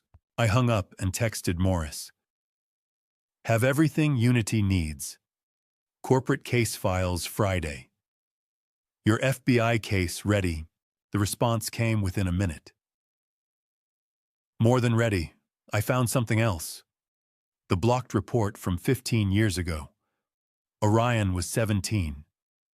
Call you in morning. I sat in my dark office looking at the message. 15 years ago was 2009, 4 years after the kidnapping. Orion would have been 17, still in high school, still pretending to be my grieving son while actively maintaining the conspiracy. Unity would file injunction Wednesday morning. Emergency board session Friday. 3 days until Orion discovered that the digital surveillance system he'd watched me build, the system I told him was for protecting us from external threats, had been quietly documenting his internal betrayal, 1 time-stamped email at a time. 3 days until everything I'd built in 3 weeks of investigation would either hold up in legal proceedings or fall apart under scrutiny. I closed the evidence file and went home to sleep like someone who wasn't prosecuting his own son. Morris called Wednesday morning. with a discovery that made 15 years of lies suddenly make perfect sense. I was filling up at a gas station on the west side of Houston, 7:30 a.m. cold November morning. The kind of routine stop where you're barely conscious, just going through motions on autopilot before heading to the office. My phone rang. Morris's name on the screen. I answered, while watching the numbers climb on the pump display. I found an anomaly in the archived investigator files, Morris said without preamble. From 15 years ago. You need to hear this now. The professional urgency in his voice made me forget about the gas pump. Focus entirely on what he was about to say. I'm listening, I said. August 2009, Morris said. 4 years after your daughter disappeared. I've been going through Donovan's original case files, the ones he kept before digitizing everything. Found a paper trail he thought he'd hidden. The gas pump numbers kept climbing. $40. $50. What did you find? Donovan submitted one truthful report in August 2009, Morris said. Just one. In 20 years of filing reports to you, this is the only one I can find where he actually documented a legitimate lead instead of manufacturing dead ends. My hand tightened on the phone. What kind of lead? A solid one, Morris said. Colorado. Specific city, specific school district. A girl matching your daughter's description and approximate age enrolled in elementary school there in 2006 under the name Margaret Turner. Teacher noticed distinctive birthmark filed routine documentation with school nurse. The nurse happened to be married to a retired detective who flagged it as potentially matching a missing persons case from 2005. The detective contacted Donovan's office. The gas pump clicked off. $63. I stood there holding the nozzle, not moving. Donovan wrote it up, Morris continued. Documented the lead, prepared to send it to you. Then something happened. The report never reached you. Instead, there's a digital trail showing the email was intercepted. Intercepted how? IP address traced to a residential internet connection, registered to your home address, Morris said. Specific device, a laptop registered under Orion's name. The interception happened August 17, 2009. Your son was 17 years old. I fumbled with the gas nozzle, nearly dropped it trying to get it back into the pump. My hands weren't working right. He was 17, I said. And already sophisticated enough to intercept internal communications from a private investigator's office to a client, Morris said. That's not script kiddie hacking. That's someone who understood network security, knew how to monitor email traffic, had the access and knowledge to redirect specific communications before they reached their destination. Before I explain how a 17-year-old pulled that off, are you still with me? Comment A if you think an adult helped him intercept it, or B if he managed it alone. Tell me why in one short reason. What comes next includes some adapted details for emotional impact, but the core truth is what I hope stays with you. The Colorado lead never reached me. The email disappeared into Orion's laptop. The teacher's observation, the nurse's documentation, the retired detective's professional instinct, all of it intercepted by my 17-year-old son before I ever knew it existed.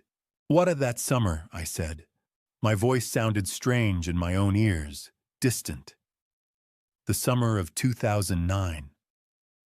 What about it? Morris asked. I remembered, suddenly and completely. The memory rising like something I'd been trying not to see for 15 years. That summer, I had taught Orion advanced security protocols. He'd asked me to show him how corporate network monitoring worked. Said he was interested in the family business, wanted to understand the technical side. I'd been proud. My son taking initiative, showing genuine interest in the work I did. I had taught him how email routing worked, how to monitor network traffic, how to identify specific communication patterns. how to intercept and redirect data streams for security analysis. I had spent 3 weeks that summer sitting with him at the dining room table, showing him exactly the techniques he would need to intercept a private investigator's email to a client. Every skill he used to block that Colorado lead I had taught him. Every piece of knowledge he needed to hide my daughter from me for another 15 years I had given him personally.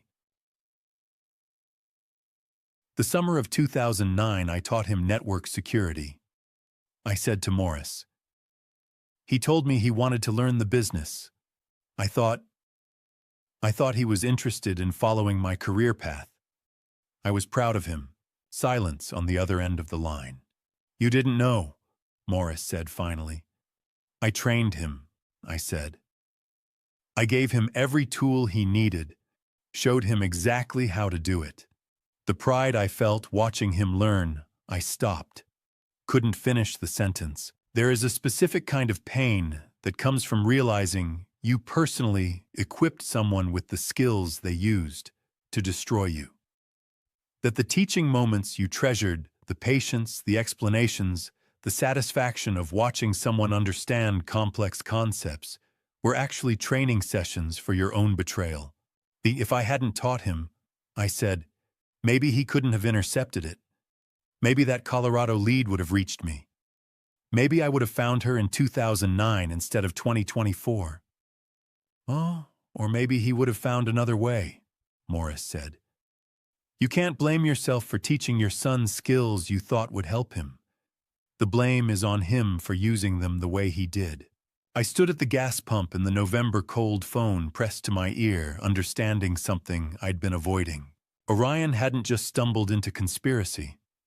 He'd been actively maintaining it for at least 15 years, since he was 17. Probably longer. Every skill I'd taught him, thinking I was preparing him for legitimate work, he'd weaponized against me. There's something else, Morris said. His tone shifted. The DNA results came back. The business partner analysis you asked me to run. I waited. The partner Orion's been working with closely for the past 3 years, Morris said. The one he keeps mentioning in those emails about investors. The DNA shows a familial connection. Half-brother, same father, different mother. I stood very still. Orion has a half-brother, Morris said. And that half-brother is neck-deep in this acquisition scheme with him.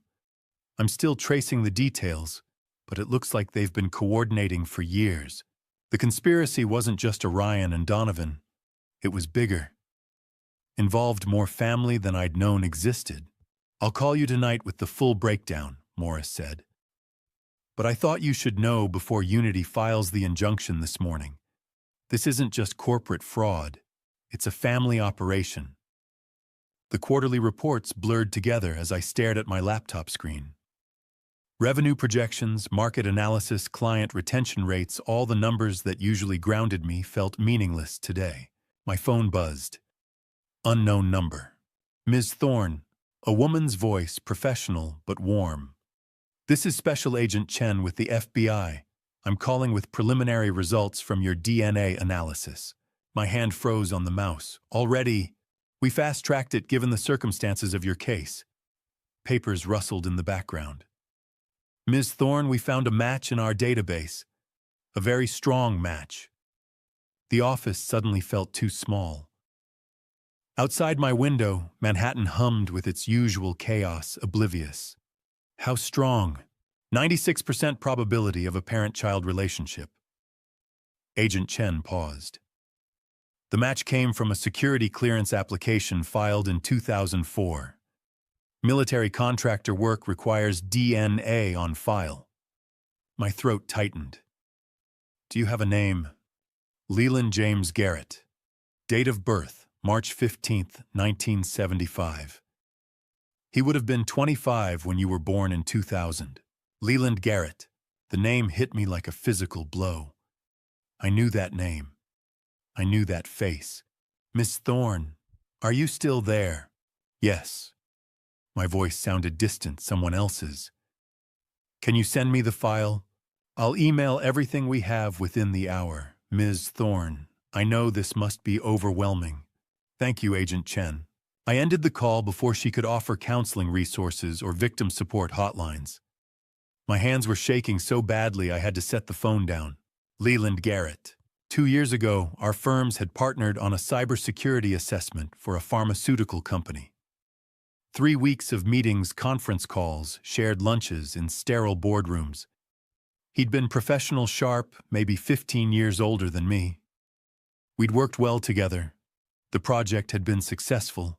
He'd been my biological father the entire time, and neither of us had known. I pulled up my browser fingers, clumsy on the keyboard. The search results flooded my screen. Garrett Security Consulting, military background, 20-year career specialization in digital forensics and network security. I scrolled past the professional accolades to the personal details. Married to Elizabeth Garrett née Morrison in 1997. One biological son, Orion Garrett, born June 1992. Wait, I clicked back, rereading the date. Born June 1992. If Leland married in 1997, and I was born in 2000, that meant his son Orion was born 5 years before the marriage. Which meant Elizabeth wasn't Orion's biological mother. My mind raced through the implications. Leland had a son at 17, then married someone else 5 years later. Then I was born in 2003 years into that marriage. Was I the affair? Or was there someone else, someone before Elizabeth? A Slack message from my assistant popped up. Don't forget your 2 p.m. with the board. I dismissed it without reading. I opened a new tab and searched for images. The results loaded slowly, each pixel revealing more of the face I'd sat across from in those boardroom meetings. There. A photo from a 2022 security conference. Leland Garrett stood at a podium mid-speech, the kind of professional headshot that ended up on company websites and LinkedIn profiles. I'd seen this face before. Not just in those meetings, I'd seen it in my mirror every morning for 26 years. Same sharp jawline, same deep-set eyes, same slight asymmetry to the left eyebrow that I'd always hated in photos. My hand trembled as I zoomed in on the image. How had we sat in the same room for 3 weeks and not seen it? How had we shaken hands, discussed encryption protocols, shared coffee, and never once felt that pull of recognition? But we wouldn't have been looking for it. Why would we? I was just another cybersecurity professional to him. He was just another potential business partner to me, except he wasn't. He was the man whose DNA had created me, whose features I'd inherited, whose career path I'd somehow followed without ever knowing his name. I pulled up our project files from 2024. There were photos from the final presentation, our teams celebrating the successful security audit, champagne glasses raised.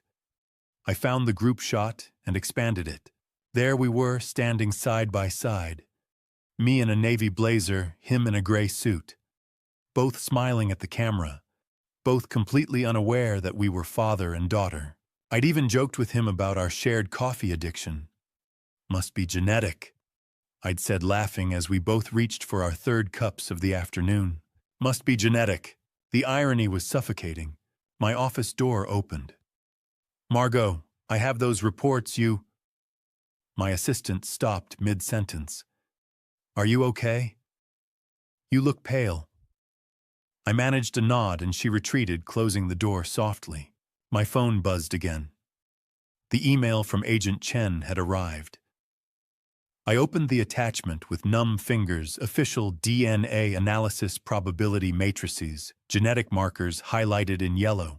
And there at the bottom of page 3, a scanned image from his 2004 security clearance application.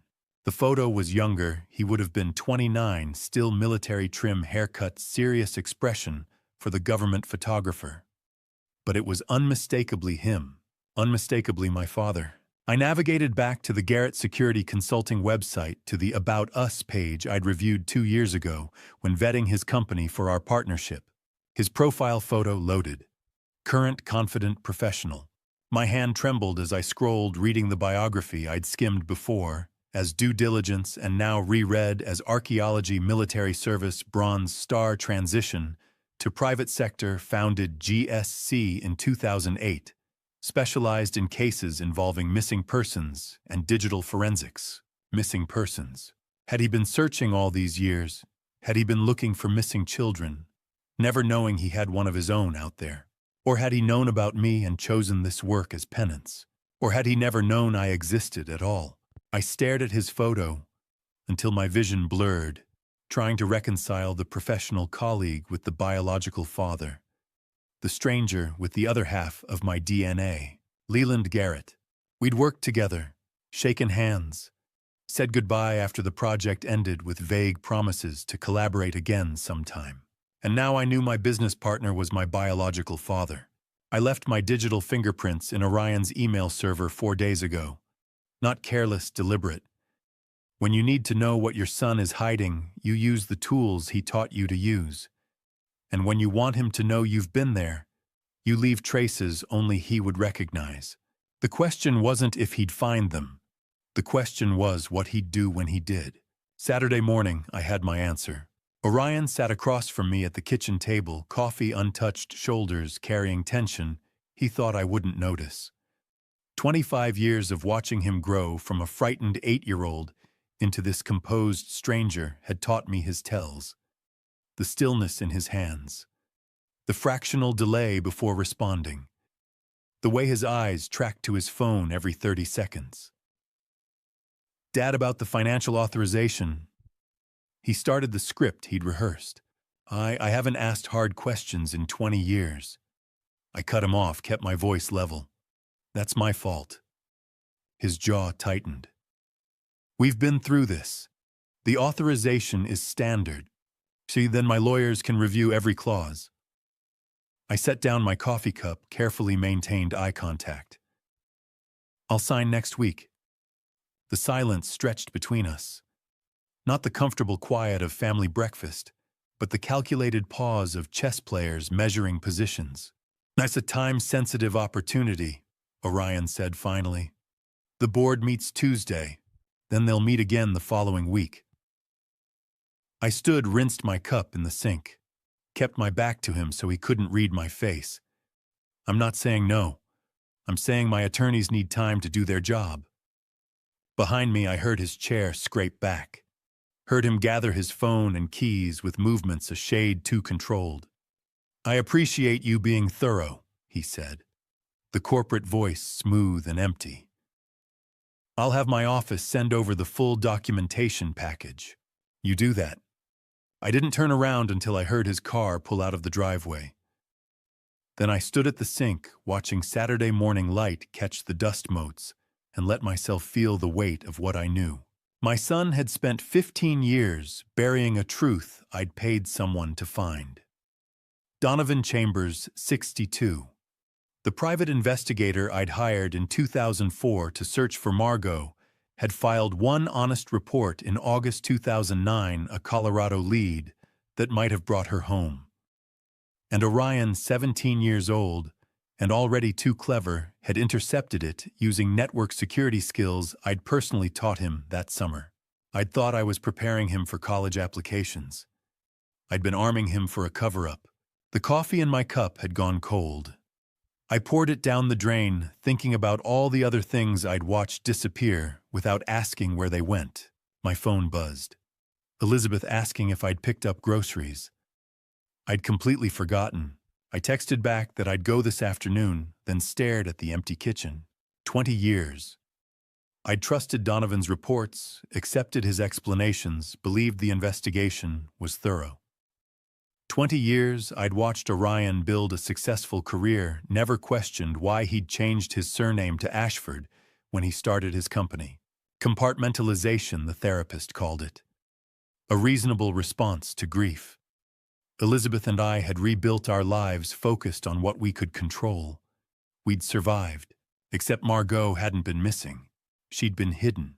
The evidence sat in my office, safe, now archived email threads pulled from Orion's server Wednesday night. Conversations between Orion and Donovan spanning 15 years. Payment records. Instructions for suppressing leads. Details about business arrangements with a cybersecurity consultant named M. Thorne Margot, who'd worked with me 2 years ago, who'd sat across conference tables from her biological father, and neither of us had known. Morris's DNA results had confirmed it. Orion's business partner was his half-sister, my daughter. I didn't know if Margot knew the truth. I didn't know whether she'd been searching for me, or had built her life without needing the father who'd lost her. But I knew the board meeting was in 3 days. Orion needed my signature on financial authorization documents I'd barely glanced at before Morris started asking questions. My lawyers had the paperwork now already flagging irregularities. Orion knew I'd accessed his email.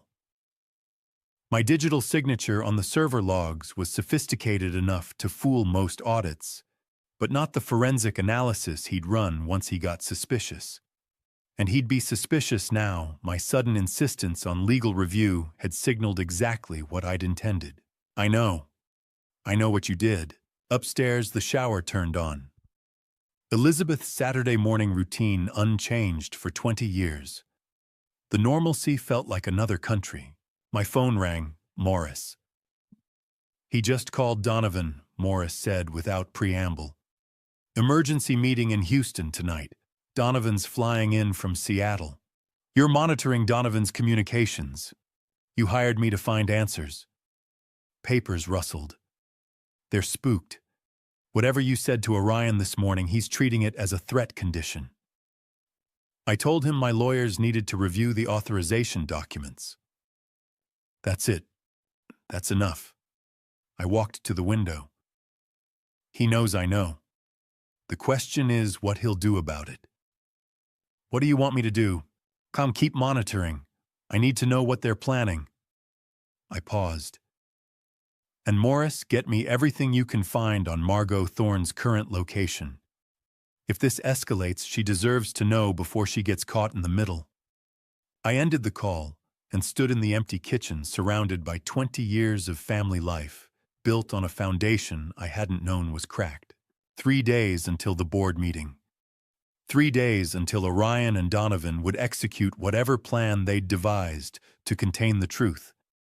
3 days to decide whether I'd sign the authorization and buy time to investigate or refuse outright and force the confrontation now. My son had spent 15 years running from something. Now we were both out of room to run. Saturday night, I sat in my home office waiting for Morris to call. Donovan's flight had landed 20 minutes ago. By now, Orion would be wondering why his emergency counselor hadn't answered his texts. My phone buzzed. Morris. I got to him first, Morris said without preamble. Baggage claim before Orion's driver could. I exhaled slowly. And told him Orion was waiting, but he was talking to me first. Paper rustled in the background. Showed him the envelope. 18 years of intercepted reports. Every suppressed lead. His signatures on every payment authorization from Orion. What did he say? Tried the lawyer script. You can't prove I knew. I was following client instructions. Morris's voice hardened. So I showed him page 12, his handwritten notes from 2009 discussing how to redirect the Colorado inquiry without raising flags. Through my office window, Houston's night skyline glittered with indifferent beauty. Somewhere out there, Donovan Chambers was calculating his options. Somewhere else, my son was waiting for advice that wasn't coming. Where is he now? Coffee shop in Terminal B. I gave him 12 hours. Morris paused. Told him I file everything with the FBI tomorrow morning at 9, or he files first against Orion. You think he'll flip? He's 62 years old with a clean record except for this. Orion's already planning how to contain the damage. Donovan knows he's the containment plan. Papers shuffled again. He'll flip. Question is whether we need him to. I thought about the board meeting Tuesday. About Orion summoning Donovan for emergency strategy tonight. About my son waiting for a crisis counselor who was busy choosing between prison and testimony. Let me know what he decides. Will do. And Leland. Morris's voice softened. The official DNA results should be in by Wednesday. Full genetic analysis lab certification, the works. Wednesday, 10 days from the sample date. Standard processing. He paused. Soon. The call ended. I sat in the dark office thinking about time. 32 years since Margot disappeared. 18 years since Donovan filed his one honest report. 10 days since I'd submitted DNA. 3 days until the board meeting. Time collapsing into now. Wednesday morning, my phone rang at 8:47 a.m. Morris didn't bother with greeting. Official results just came through. 99.7% probability, 26 genetic markers, direct biological father-daughter relationship, no ambiguity. The phone felt too heavy in my hand. Say that again. She's yours, Leland. Confirmed, certified, legally documented. I looked at the framed photo on my desk, Elizabeth and me on our wedding day. Young and certain, the world made sense. 28 years ago, 3 years before Margot was born. 3 years before I became a father to a daughter I wouldn't meet until she was 26 years old. If I met her at all. You still there? Morris asked. Yeah, my voice sounded distant. Yeah, I'm here. The FBI's sending her the results too. Same notification. She'll know by noon. After Morris hung up, I sat motionless for 10 minutes, staring at Elizabeth's smile frozen in silver frame. Then I said it out loud to her photo, to the empty office, to the universe that had taken 32 years to bend back toward truth. I found her. I finally found her. The phone rang. My hand hovered. 32 years compressed into one vibration. But it was just Elizabeth asking if I'd be home for dinner. I told her yes. Told her I loved her. Didn't tell her why my voice cracked. Not yet. Not until I knew what happened next. The FBI had provided a secure email channel for contact between us. Neutral ground, monitored but private. I opened my laptop and stared at the blank message field. What do you say to a daughter who's been gone for 32 years? What words bridge that canyon? I typed 4 versions, deleted 3. Finally settled on truth stripped to its foundation. Margot. I received the results today. I'm ready when you're ready. Whatever you need. Whatever you want to know. On your terms, on your timeline. I've waited 32 years. I can wait as long as you need. Leland. I read it 5 times before hitting send. Then I waited. 2 hours felt like decades. I tried to work, couldn't focus. Tried to eat lunch, couldn't taste it. Tried not to check email every 90 seconds, failed completely. At 2:17 p.m., the notification chimed. New message from M. Thorne. My hand shook opening it. Tomorrow, 10 a.m., Rosewood Cafe on Westheimer. Just us. No lawyers, no FBI, no intermediaries. Just the 2 of us. If that works, confirm and I'll send the address. M. The email notification chimed again. I read it 3 times before my vision cleared enough to see the cursor blinking. She wasn't asking. She was deciding. Setting the terms, choosing the location, defining the boundaries.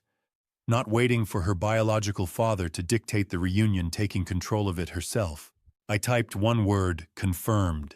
30 seconds later, another message arrived. The cafe's address. A note at the bottom, I'll be at the back table, I'll get there early. No signature this time, just information, just the next step. I sat back in my chair and let myself feel it, the weight of tomorrow morning. 10 a.m. A cafe on Westheimer I'd never heard of. A daughter I'd lost before she could walk, returning on her own terms. The board meeting was Tuesday. Orion's crisis was escalating. Donovan's deadline was tomorrow at 9 a.m., 1 hour before I'd walk into that cafe. But none of that mattered right now. Right now, all that mattered was that 12 hours from now, I'd meet my daughter. 32 years of searching would end in a cafe Margot had chosen with words I hadn't yet found, toward a future I couldn't yet imagine.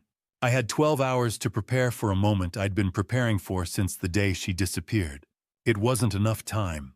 It was all the time in the world.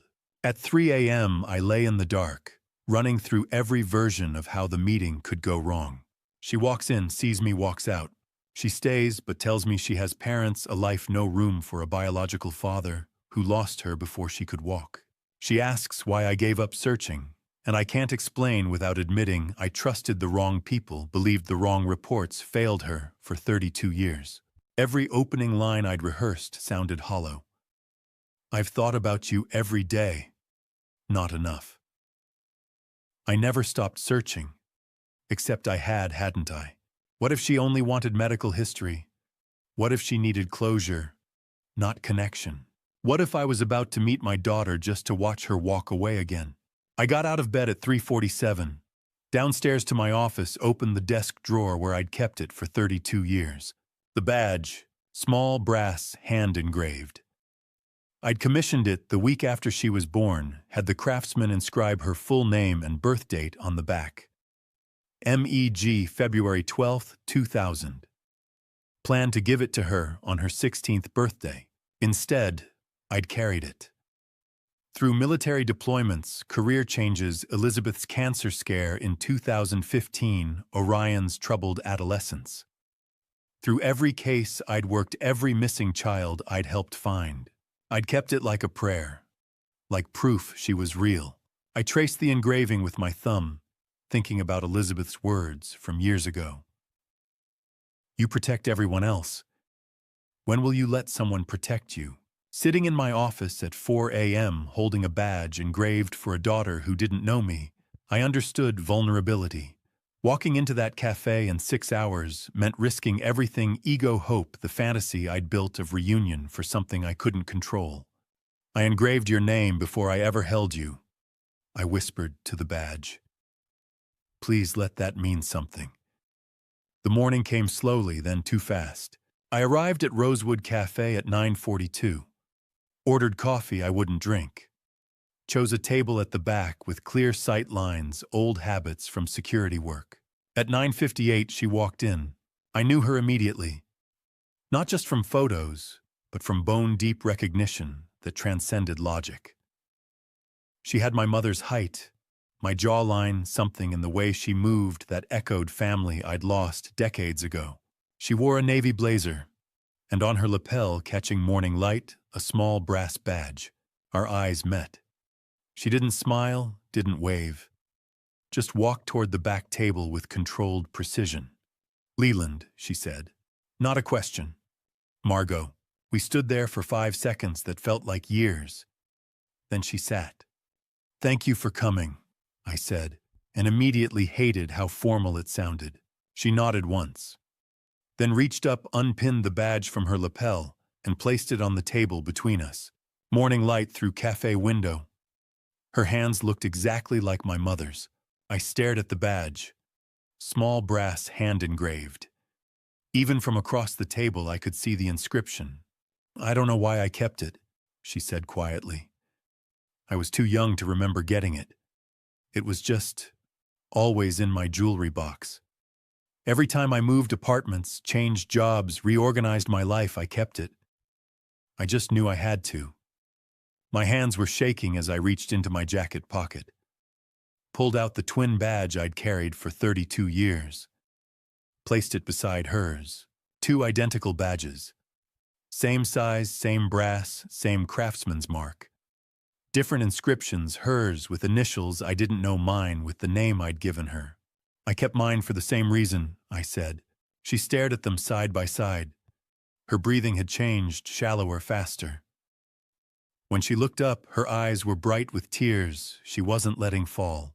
I got the DNA results yesterday morning, she said. Sat in my office reading the report, and all I could think was, I met you 2 years ago. We worked together for 3 weeks. We had coffee. I joked about our shared coffee addiction being genetic. I know. You knew when. Huh? Found out last week. Morris, the investigator I hired to reopen your case, he connected the dots. Monsieur Thorne, cybersecurity consultant. Partnership in 2024. I paused. I've been working with my daughter for 2 years without knowing. She absorbed that. Orion, your son. Yes. So who's also my half-brother? Yes. The badges caught light simultaneously. Twin inscriptions. Same craftsman. Same hope. I don't know what I want this to be, Margot said finally. Her voice was steady, but her hands were clasped tight. I don't know if I want a father or just answers, or if I'm even ready for either. I looked at her. This stranger who was my daughter. This accomplished woman who'd built a life without me. This person who'd kept a brass badge she couldn't remember receiving because something in her knew it mattered. I don't know either, I admitted. I don't know how to be your father when I missed 32 years. I don't know what you need from me. But you do want it. Yes, more than anything. She nodded slowly, looking at the badges between us. I'm not promising anything, she said. I'm not calling you Dad. I'm not moving to Houston or playing happy family. I have a life. I have people who raised me. I understand, but I'm here, and that's something. It's everything. The badges sat between us on the table. Physical proof we'd both held on. But now what? We had 32 years of questions and 2 hours to decide whether to ask them. So we talked about spreadsheets instead. What made you choose contract analysis? I asked, reaching for neutral ground. She wrapped both hands around her coffee mug. I'm good with patterns. Financial statements, partnership, agreements, numbers, tell stories people don't mean to reveal. You're looking for what people are trying to hide. Usually what they're hiding from themselves. She took a sip, eyes steady. Numbers don't lie the way words do. A pattern shows up whether you want it to or not. I thought about the 18 years of payment records Morris had pulled from Orion's email. Patterns that told stories my son hadn't meant me to see. Must take patience. Sitting with data until it reveals itself. Or less patience than people think. More stubbornness. A slight smile touched her mouth, gone quickly. Once I know something's there, I can't stop until I find it. The smile echoed something in my mother's old photographs. Determined. Relentless. That sounds familiar, I said quietly. Does it? I spent 20 years in military and contract security, finding system vulnerabilities before someone else could exploit them. I turned my coffee cup. You learn to look for patterns, things that don't fit. And when you find them, you document, report, recommend fixes. I paused. Sometimes the client doesn't want to hear it. Fixing it means admitting it existed in the first place. So they ignore you, or hire someone who'll tell them what they want to hear. She nodded. I've had clients pull contracts after I flagged inconsistencies. They'd rather not know than face what the numbers were saying. We talked about work for another 40 minutes. Her cybersecurity consulting, my transition from military to private sector, the overlap in our client bases. Parallel careers in parallel cities, developing parallel skills, never knowing we shared the same genetic drive to uncover truth. Coffee gone cold an hour ago. Neither moved to order more. And you spent your career finding vulnerabilities, she asked finally. Someone has to find the weakness before the wrong person does. She was quiet, then said softly, Sounds like you do that to yourself too. I looked up sharply. What do you mean? You find your own weaknesses, document them, report them to yourself. She tilted her head slightly, so nobody else can exploit them first. The observation landed like a punch I hadn't seen coming. How did she see after 90 minutes what Elizabeth's therapist had spent months trying to get me to acknowledge? Yeah, maybe. Not maybe. She wasn't pushing, just stating fact. I do it too. Find the weakness, shore it up, make sure nobody can use it against me. Build my life like a security system. And does it work? I'm successful, independent. Nobody controls my decisions. She looked at the badge in her palm. But I also kept a piece of brass I couldn't remember receiving, and when a stranger sent me DNA results, I flew to Houston instead of deleting the email. Why did you? The numbers said you were my biological father. The pattern said something was missing. She met my eyes. So I followed the data. That's all this is, data analysis. I don't know what else it could be yet. The cafe had filled and emptied around us. Lunch rush come and gone. We'd been talking nearly 2 hours, and we hadn't mentioned Orion once. Hadn't discussed the separation or the 18 years of lies. We'd chosen to build a foundation first. See if connection was possible before weighing it down with history. December light through window. 2 shadows sitting finally recognizing each other. I should probably go, Margot said. I have a late flight back. Back to New York. Yeah. She gathered her things, slipped the badge into her pocket instead of her purse. I don't know what this was. It was something.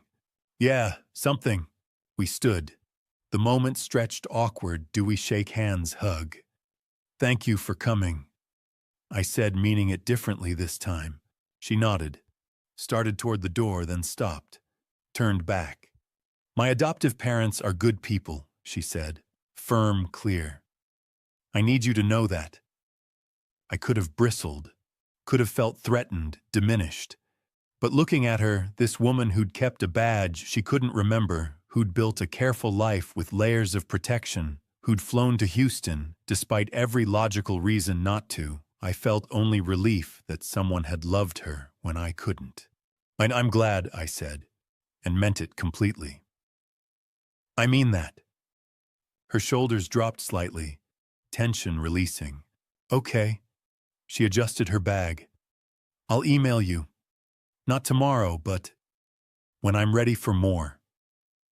Whenever you're ready. I'm not promising. I know, and that's okay.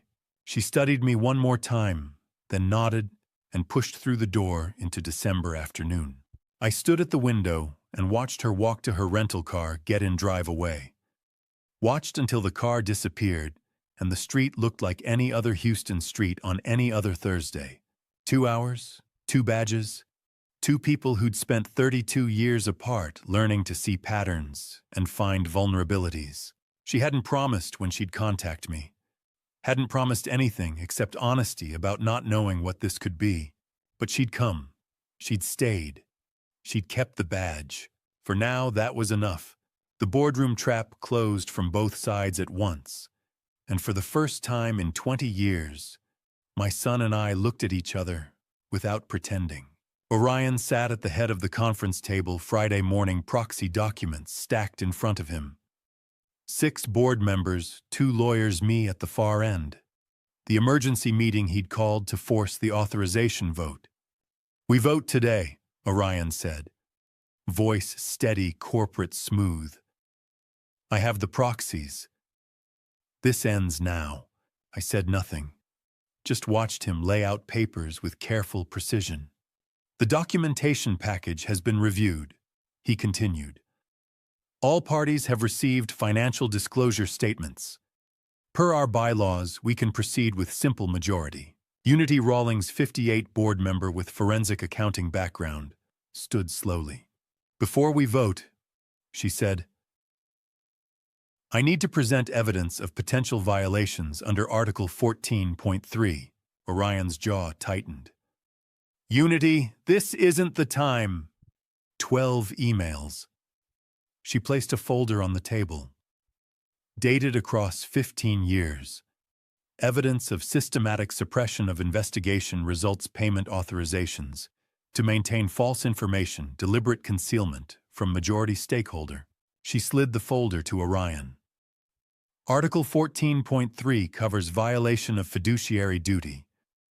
I'm calling for immediate suspension of the authorization vote. Orion's lawyer reached for the folder.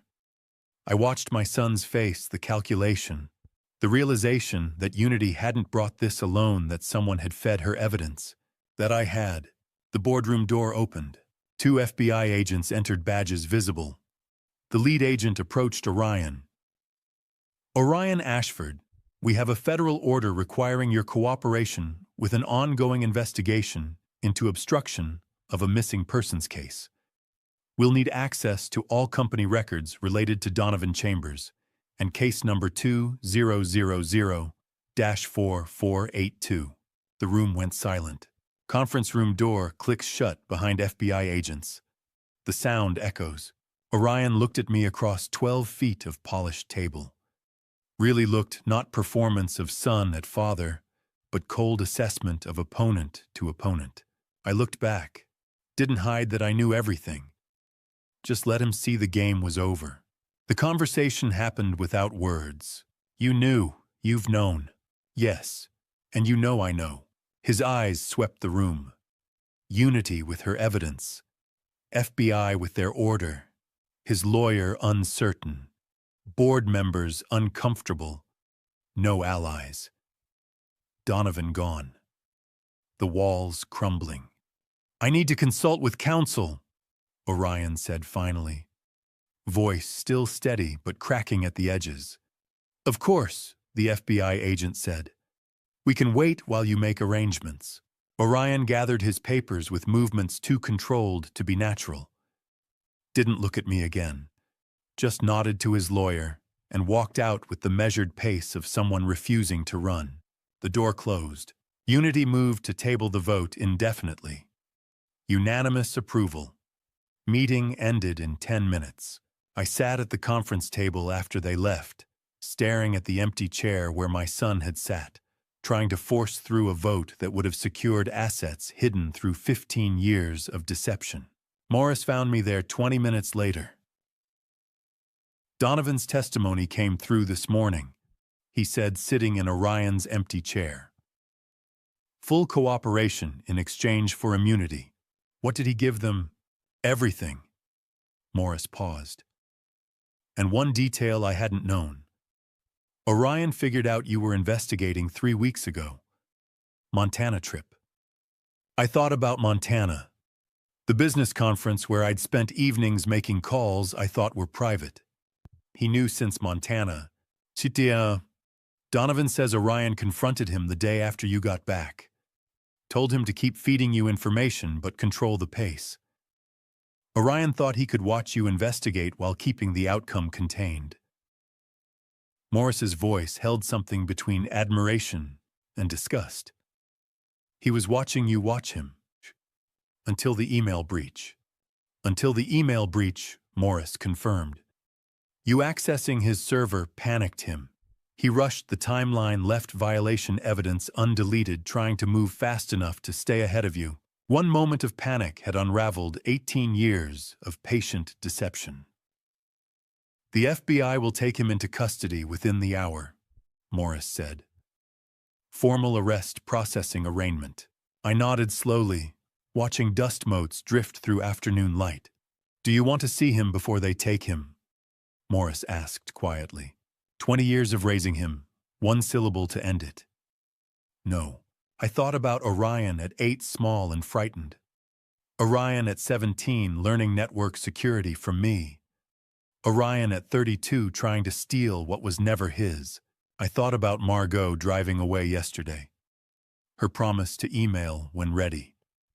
The fragile connection that might not survive what came next. 20 years raising a son who'd blocked his half-sister's return. 32 years searching for a daughter someone else had loved when I couldn't. No, I said finally. I don't want to see him. Morris nodded. Stood. That's the right call. For what it's worth. Is it? He made his choices. You made yours. The door closed. I sat alone in the boardroom surrounded by wreckage of a family built on deception from the start. My phone buzzed. Elizabeth, coming home for dinner. I typed back, yes, we need to talk. 4 months of legal proceedings, and I hadn't looked at Orion once. Today's verdict wouldn't change that. I sat in the federal courthouse gallery 3rd row, back studying the wood grain on the chair armrest.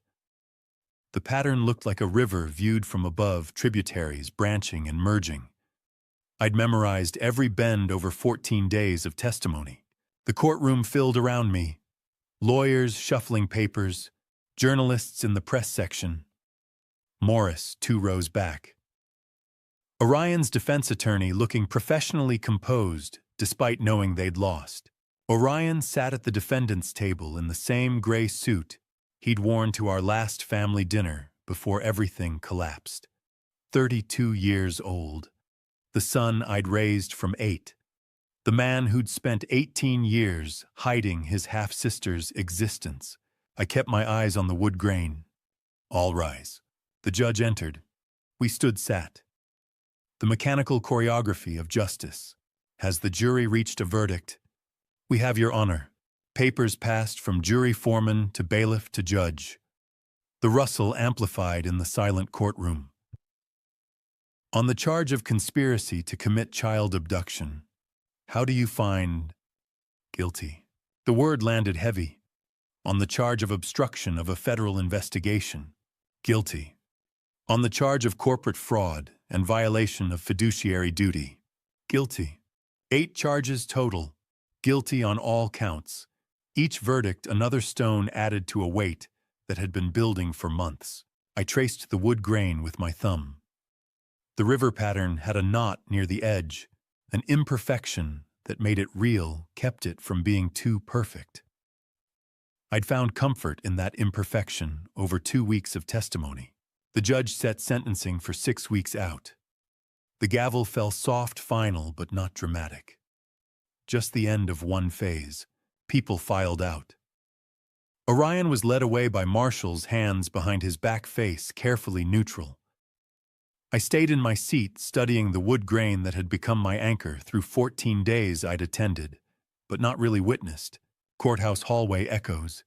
Every footstep sounds like a gavel. Morris found me in the emptying courtroom. So, how are you? He asked quietly, sliding into the row beside me. I considered the question. Figuring out what how means now. When you did what you had to do. Did I? I looked up from the armrest. I testified against my son. Put him in prison for probably 15 years. Chose one child over another. You chose truth over deception. Morris's voice was gentle but firm. Orion made his choices 18 years ago. You just stopped protecting him from consequences. That's what you tell yourself when you destroy your family. You didn't destroy it. It was already destroyed. He paused. You just finally saw it clearly. I nodded slowly, unconvinced, but exhausted. The bailiff eventually asked me to leave so they could close the courtroom. I walked out into Houston afternoon sunshine, April warmth that felt disconnected from the air-conditioned finality I'd just witnessed. Justice delivered. Closure achieved. Victory hollow. A week later, Unity called requesting a meeting at my office. She arrived with a folder of board documents and careful professionalism. The board voted unanimously yesterday, she said, settling into the chair across from my desk. The ownership structure holds. Orion's attempted takeover is completely reversed. All assets returned to proper allocation. The corporation is stable. I looked at the photo on my desk. Elizabeth, 3 years ago, standing in front of the headquarters building she'd spent 20 years building from a small consulting firm into a mid-sized security corporation. She'd known something was wrong toward the end. The letter she'd left the USB drive hidden in the blue medical kit she'd been trying to protect, what she'd built, even when she knew she wouldn't be there to defend it. Your wife's company is safe, Unity said softly. She knew, I said. Toward the end, she knew something was wrong. Left me the map to protect it. Unity nodded. The letter referenced concerning financial patterns, questionable advisory relationships. She was documenting what she saw. She was always better at seeing patterns than I was. Wife's photo, daughter's badge, 2 women 32 years apart, both showing him forward. So, what do you want to do with it? Unity asked. The company. You're majority shareholder now. You could maintain operations, sell it, restructure leadership. The board will support whatever you choose. I pulled open my desk drawer, looked at the brass badge I'd carried for 32 years.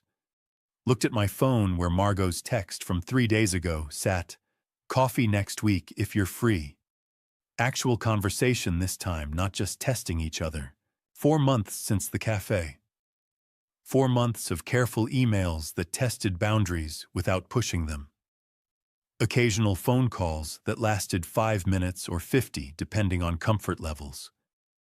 One dinner in February that had been awkward but not catastrophic, where we talked about work and carefully avoided Orion's approaching trial.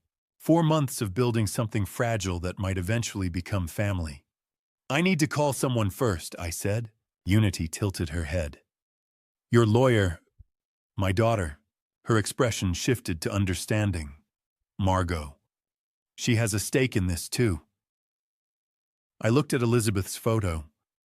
The family that decides what happens to this company should be the family that's moving forward, not the one I thought I had 20 years ago.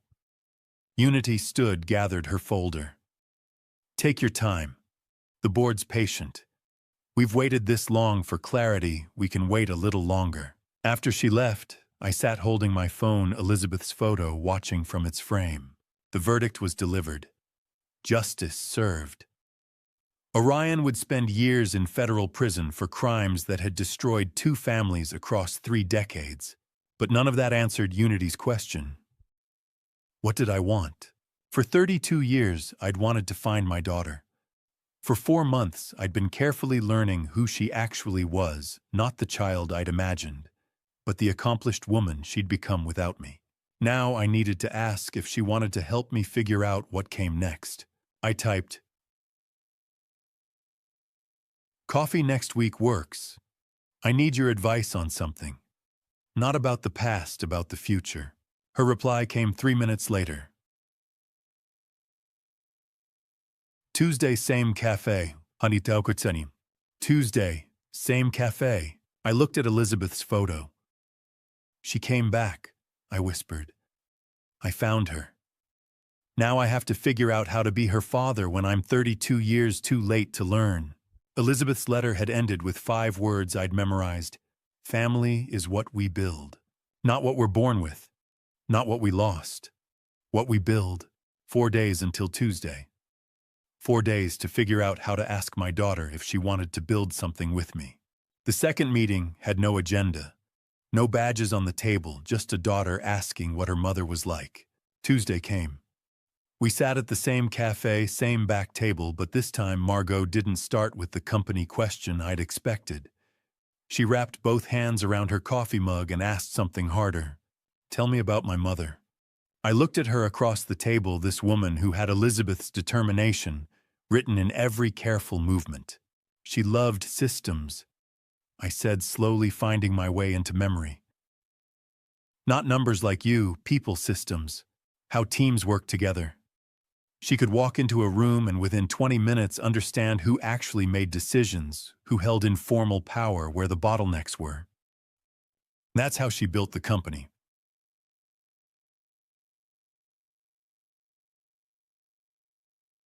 From a 3-person consulting firm to a mid-sized security corporation over 20 years. She saw patterns in organizational structure the way you see them in financial data. I paused. She would have liked you, recognized herself in you. Margot studied her coffee. Does my mother know about me? The question landed carefully between us. She suspected, but had no evidence. I said. Toward the end, she knew something was wrong with Orion's business dealings. She left me a letter, a USB drive with documentation clues that eventually helped me find you. So she knew I existed but never met me. She suspected. She tried to leave me a map. I met her eyes. If she'd lived long enough to see me find you, it would have been everything to her. Margot nodded slowly, processing loss layered with loss. A mother she'd never known who'd tried to help reunite them from beyond whatever had taken her. We talked for another hour. Not about the company, that question sat forgotten. Just about Elizabeth. Her quirks, her fierce loyalty, her habit of solving problems by drawing org charts on napkins. The way she'd built something meaningful from almost nothing. When we left that day, Margot said she'd think about the company question. But I knew we'd found something more important than business advice. 3 weeks later, she texted asking to meet again. Different location this time. A park near her hotel, shorter meeting, more natural. Different setting. No cafe table between them. Walking side by side instead of facing. We walked the path in late January, cold, our breath visible in Houston winter air. I need your perspective on something, Margot said, hands in her coat pockets. Professional question. Okay. What would you do if the numbers say yes, but the timeline feels forced? She glanced at me. Client pushing to finalize a partnership agreement within 2 weeks when standard due diligence takes 6. Check who benefits from the rush, I said immediately. Someone's trying to close before you can find something. Security before profit. She stopped walking, turned to face me. Hadn't thought that angle. I was focused on whether the financial projections were sound. Numbers tell you if a deal works. Timeline tells you if someone's hiding why it works. So you'd recommend extended due diligence even if it risks losing the opportunity? I'd recommend finding out what they're afraid you'll discover in week 3. I started walking again. You're better than me at reading financial patterns. But I've spent 30 years finding what people try to hide in security systems. In this one thing, I'm better. She caught up, fell into step beside me. First time I've heard you admit limits. So getting older, learning that being good at one thing means accepting you're not good at everything. We walked in silence for a few minutes. Then she smiled, small, brief, but the first time I'd seen it directed at me. I'm going to tell the client we need 6 weeks, she said. And I'm citing security concerns as justification. They'll either agree or reveal why they can't wait. And either way, I know what I'm dealing with. We reached the park entrance where she'd parked. The afternoon was fading into early winter evening, temperature dropping. She turned to face me, hands still in pockets, breath misting in the cold. Are you free next week? She asked. Then so quietly, I almost missed it. Dad! The word hung in cold January air. Neither of us pretended it didn't matter. I felt something crack open in my chest. 32 years of searching, 4 months of careful boundary testing, all leading to 3 syllables that changed everything. Yes, I managed. I'm free next week. She nodded once, quick and almost businesslike, but I saw her throat work. Good. I'll text you. She walked to her car without looking back, and I stood in the parking lot watching her go. Dad. Not biological father, not Leland. Dad. The title I'd lost the right to 32 years ago, offered back not as obligation, but as choice. Not because I'd earned it through years of presence, but because she'd decided after months of testing, questioning, careful evaluation, that maybe I could earn it going forward. My phone buzzed an hour later. Her text. Thank you for the advice, and for showing up when I ask. It matters. I read it 5 times before responding. Thank you for giving me the chance. 3 dots appeared, disappeared, appeared again. Finally, see you next week, Dad. I sat in my car in the parking lot as evening darkened to night, staring at that word on my phone screen. Orion was in federal prison. Elizabeth was gone. The company was stable but rudderless. Morris had moved on to other cases. The life I'd built for 20 years had collapsed and been rebuilt in 4 months into something unrecognizable. But my daughter had called me Dad. And somehow, in the wreckage of everything else, that word made it possible to believe I could build something new. Not the family I'd lost, not the father I should have been, but maybe the father I could still become, starting now, starting late, starting with a daughter who decided to give me a second chance I didn't deserve. I drove home through Houston traffic with her text still on my screen, the word Dad, glowing in the darkness like a promise I had the rest of my life to keep. 6 months after the verdict, my hand reached for the drawer out of habit, but this time the badge stayed home. Monday morning, October. Coffee brewing in the kitchen. The same routine I'd followed for 20 years, except now everything was different. I opened the desk drawer where the badge had lived beside old business cards and paper clips. Picked it up, felt the familiar weight of brass in my palm. The engraving on the back worn smooth from decades of handling MEG February 12, 2000. For 20 years this badge had gone everywhere with me. Briefcase, pocket, glove compartment, a talisman, a promise, a question that had no answer. Now it had an answer. I set it down on the desk beside my coffee cup. Not hidden, not discarded. Just there. Resting. My phone buzzed. Margot. Still good for Saturday, found a place with actual good coffee.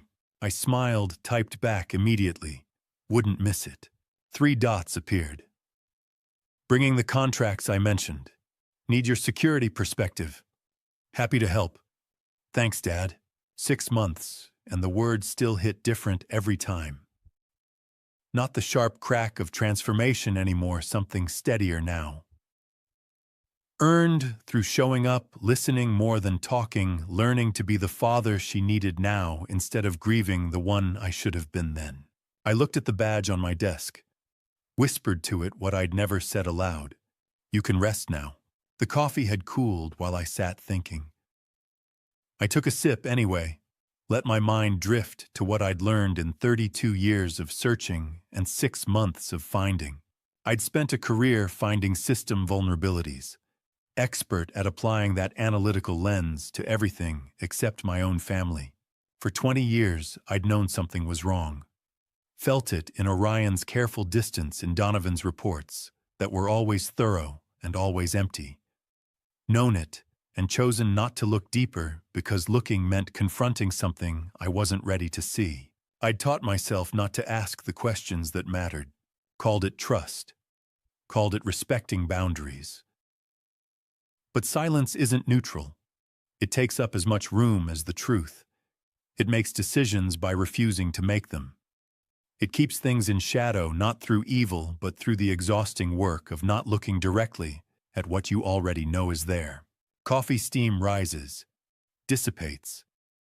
Some things you can't hold on to no matter how tight you grip. Orion was serving 12 years in federal prison. The son I'd raised from 8, now someone I didn't recognize, maybe had never truly known. And Margot. Saturday coffee meetings that stretched to 2 hours. Phone calls about work that drifted into talking about nothing important. Her asking my opinion, me learning when to give advice and when to just listen. Building something fragile and real from pieces scattered for 32 years. Last month, she'd mentioned her adoptive parents wanted to meet me. Said it carefully, testing whether I'd feel threatened. I'd said I'd be honored. Meant it. The people who'd loved her when I couldn't deserved my gratitude. 20 years of carrying a badge and asking a question that had no answer. 6 months of learning what it means to be present instead of searching. 20 years gone, but 20 years ahead are mine to decide. I finished my coffee, gathered my briefcase and keys. Headed toward the door, then stopped. Looked back at my desk. The badge still there beside the empty cup, catching morning light through the window. For the first time in 20 years, I walked out of my house without it. Didn't feel like abandoning a child. Didn't feel like giving up. Felt like the question it represented finally had an answer. Not carrying you doesn't mean forgetting. It means finding. The badge asked a question for 20 years. Now it can just be a badge. Car door closes with the same sound it always has. Everything different, everything the same. I drove through Houston morning traffic. Monday commute coffee shops opening, construction crews starting work, the ordinary rhythm of a city moving forward. No one passing me on the highway knew anything had changed. No one could tell by looking that the man in the gray sedan had spent 32 years searching for a daughter, 6 months learning to be her father, and this morning had finally stopped carrying the weight of a question that had been answered. Families aren't only made at the beginning. Sometimes they're remade slowly, deliberately, by two people with identical badges, deciding the past isn't the final word on what comes next. I'd lost 20 years with Margot. Lost the chance to teach her to ride a bike, help with homework, walk her to her first day of school. Lost birthday parties and teenage arguments and the 1,000 small moments that build a parent-child relationship. I couldn't get those back. Couldn't reclaim what had been stolen by lies and silence, and my own refusal to look at what I knew was there. But I had Saturday coffee meetings, phone calls about contract analysis, her voice saying, "Thanks, Dad," in casual text messages. The slow, deliberate work of building trust with someone who had every reason not to trust me. I had 20 years ahead if I was lucky, maybe more, maybe less. And I had the choice to keep choosing to show up. Listen, be present, earn the title she'd given me, not because of biology, but because I was learning slowly to deserve it. The badge stays on the desk, beside an empty coffee cup. Margot's next text will come Wednesday or Thursday, her pattern for checking in midweek. Saturday, we'll drink overpriced coffee and talk about work, and carefully build the relationship neither of us knows how to name yet. Houston traffic moves around me like it always has. I drive forward into an ordinary morning. And for the first time in 32 years, that's enough. And to you, listening to my story, remember this. I spent 32 years carrying a badge in my pocket, asking a question that had an answer I was too afraid to see. I was an expert at finding other people's vulnerabilities, but refused to look at my own family with that same scrutiny. Don't make my mistake. Don't mistake silence for peace. Don't confuse comfortable lies with protecting the people you love. The questions that scare you most are usually the ones that need asking. Families aren't perfect, and sometimes the people closest to us carry secrets that reshape everything we thought we knew. But it's never too late to choose truth over comfort, to rebuild what was broken, even 32 years too late. I believe God put me through this for a reason, not just to find my daughter, but to understand that real family isn't built at the beginning. It's built through every choice we make after the truth comes out. These grandpa stories we tell aren't just about what happened. They're about what we do with what we learn. I'd love to hear your thoughts. Drop a comment and tell me what you would have done in my position. If this story meant something to you, please share it with someone who needs to hear it. And if you want more grandpa stories like this one, stories about family truth and second chances, subscribe to this channel and turn on notifications so you never miss one. Thank you for staying until the very end and letting me share this part of my life with you. Before you go, I want you to know that while the heart of this story is true, some details have been adjusted for storytelling purposes. What matters is the lesson we can all take from it.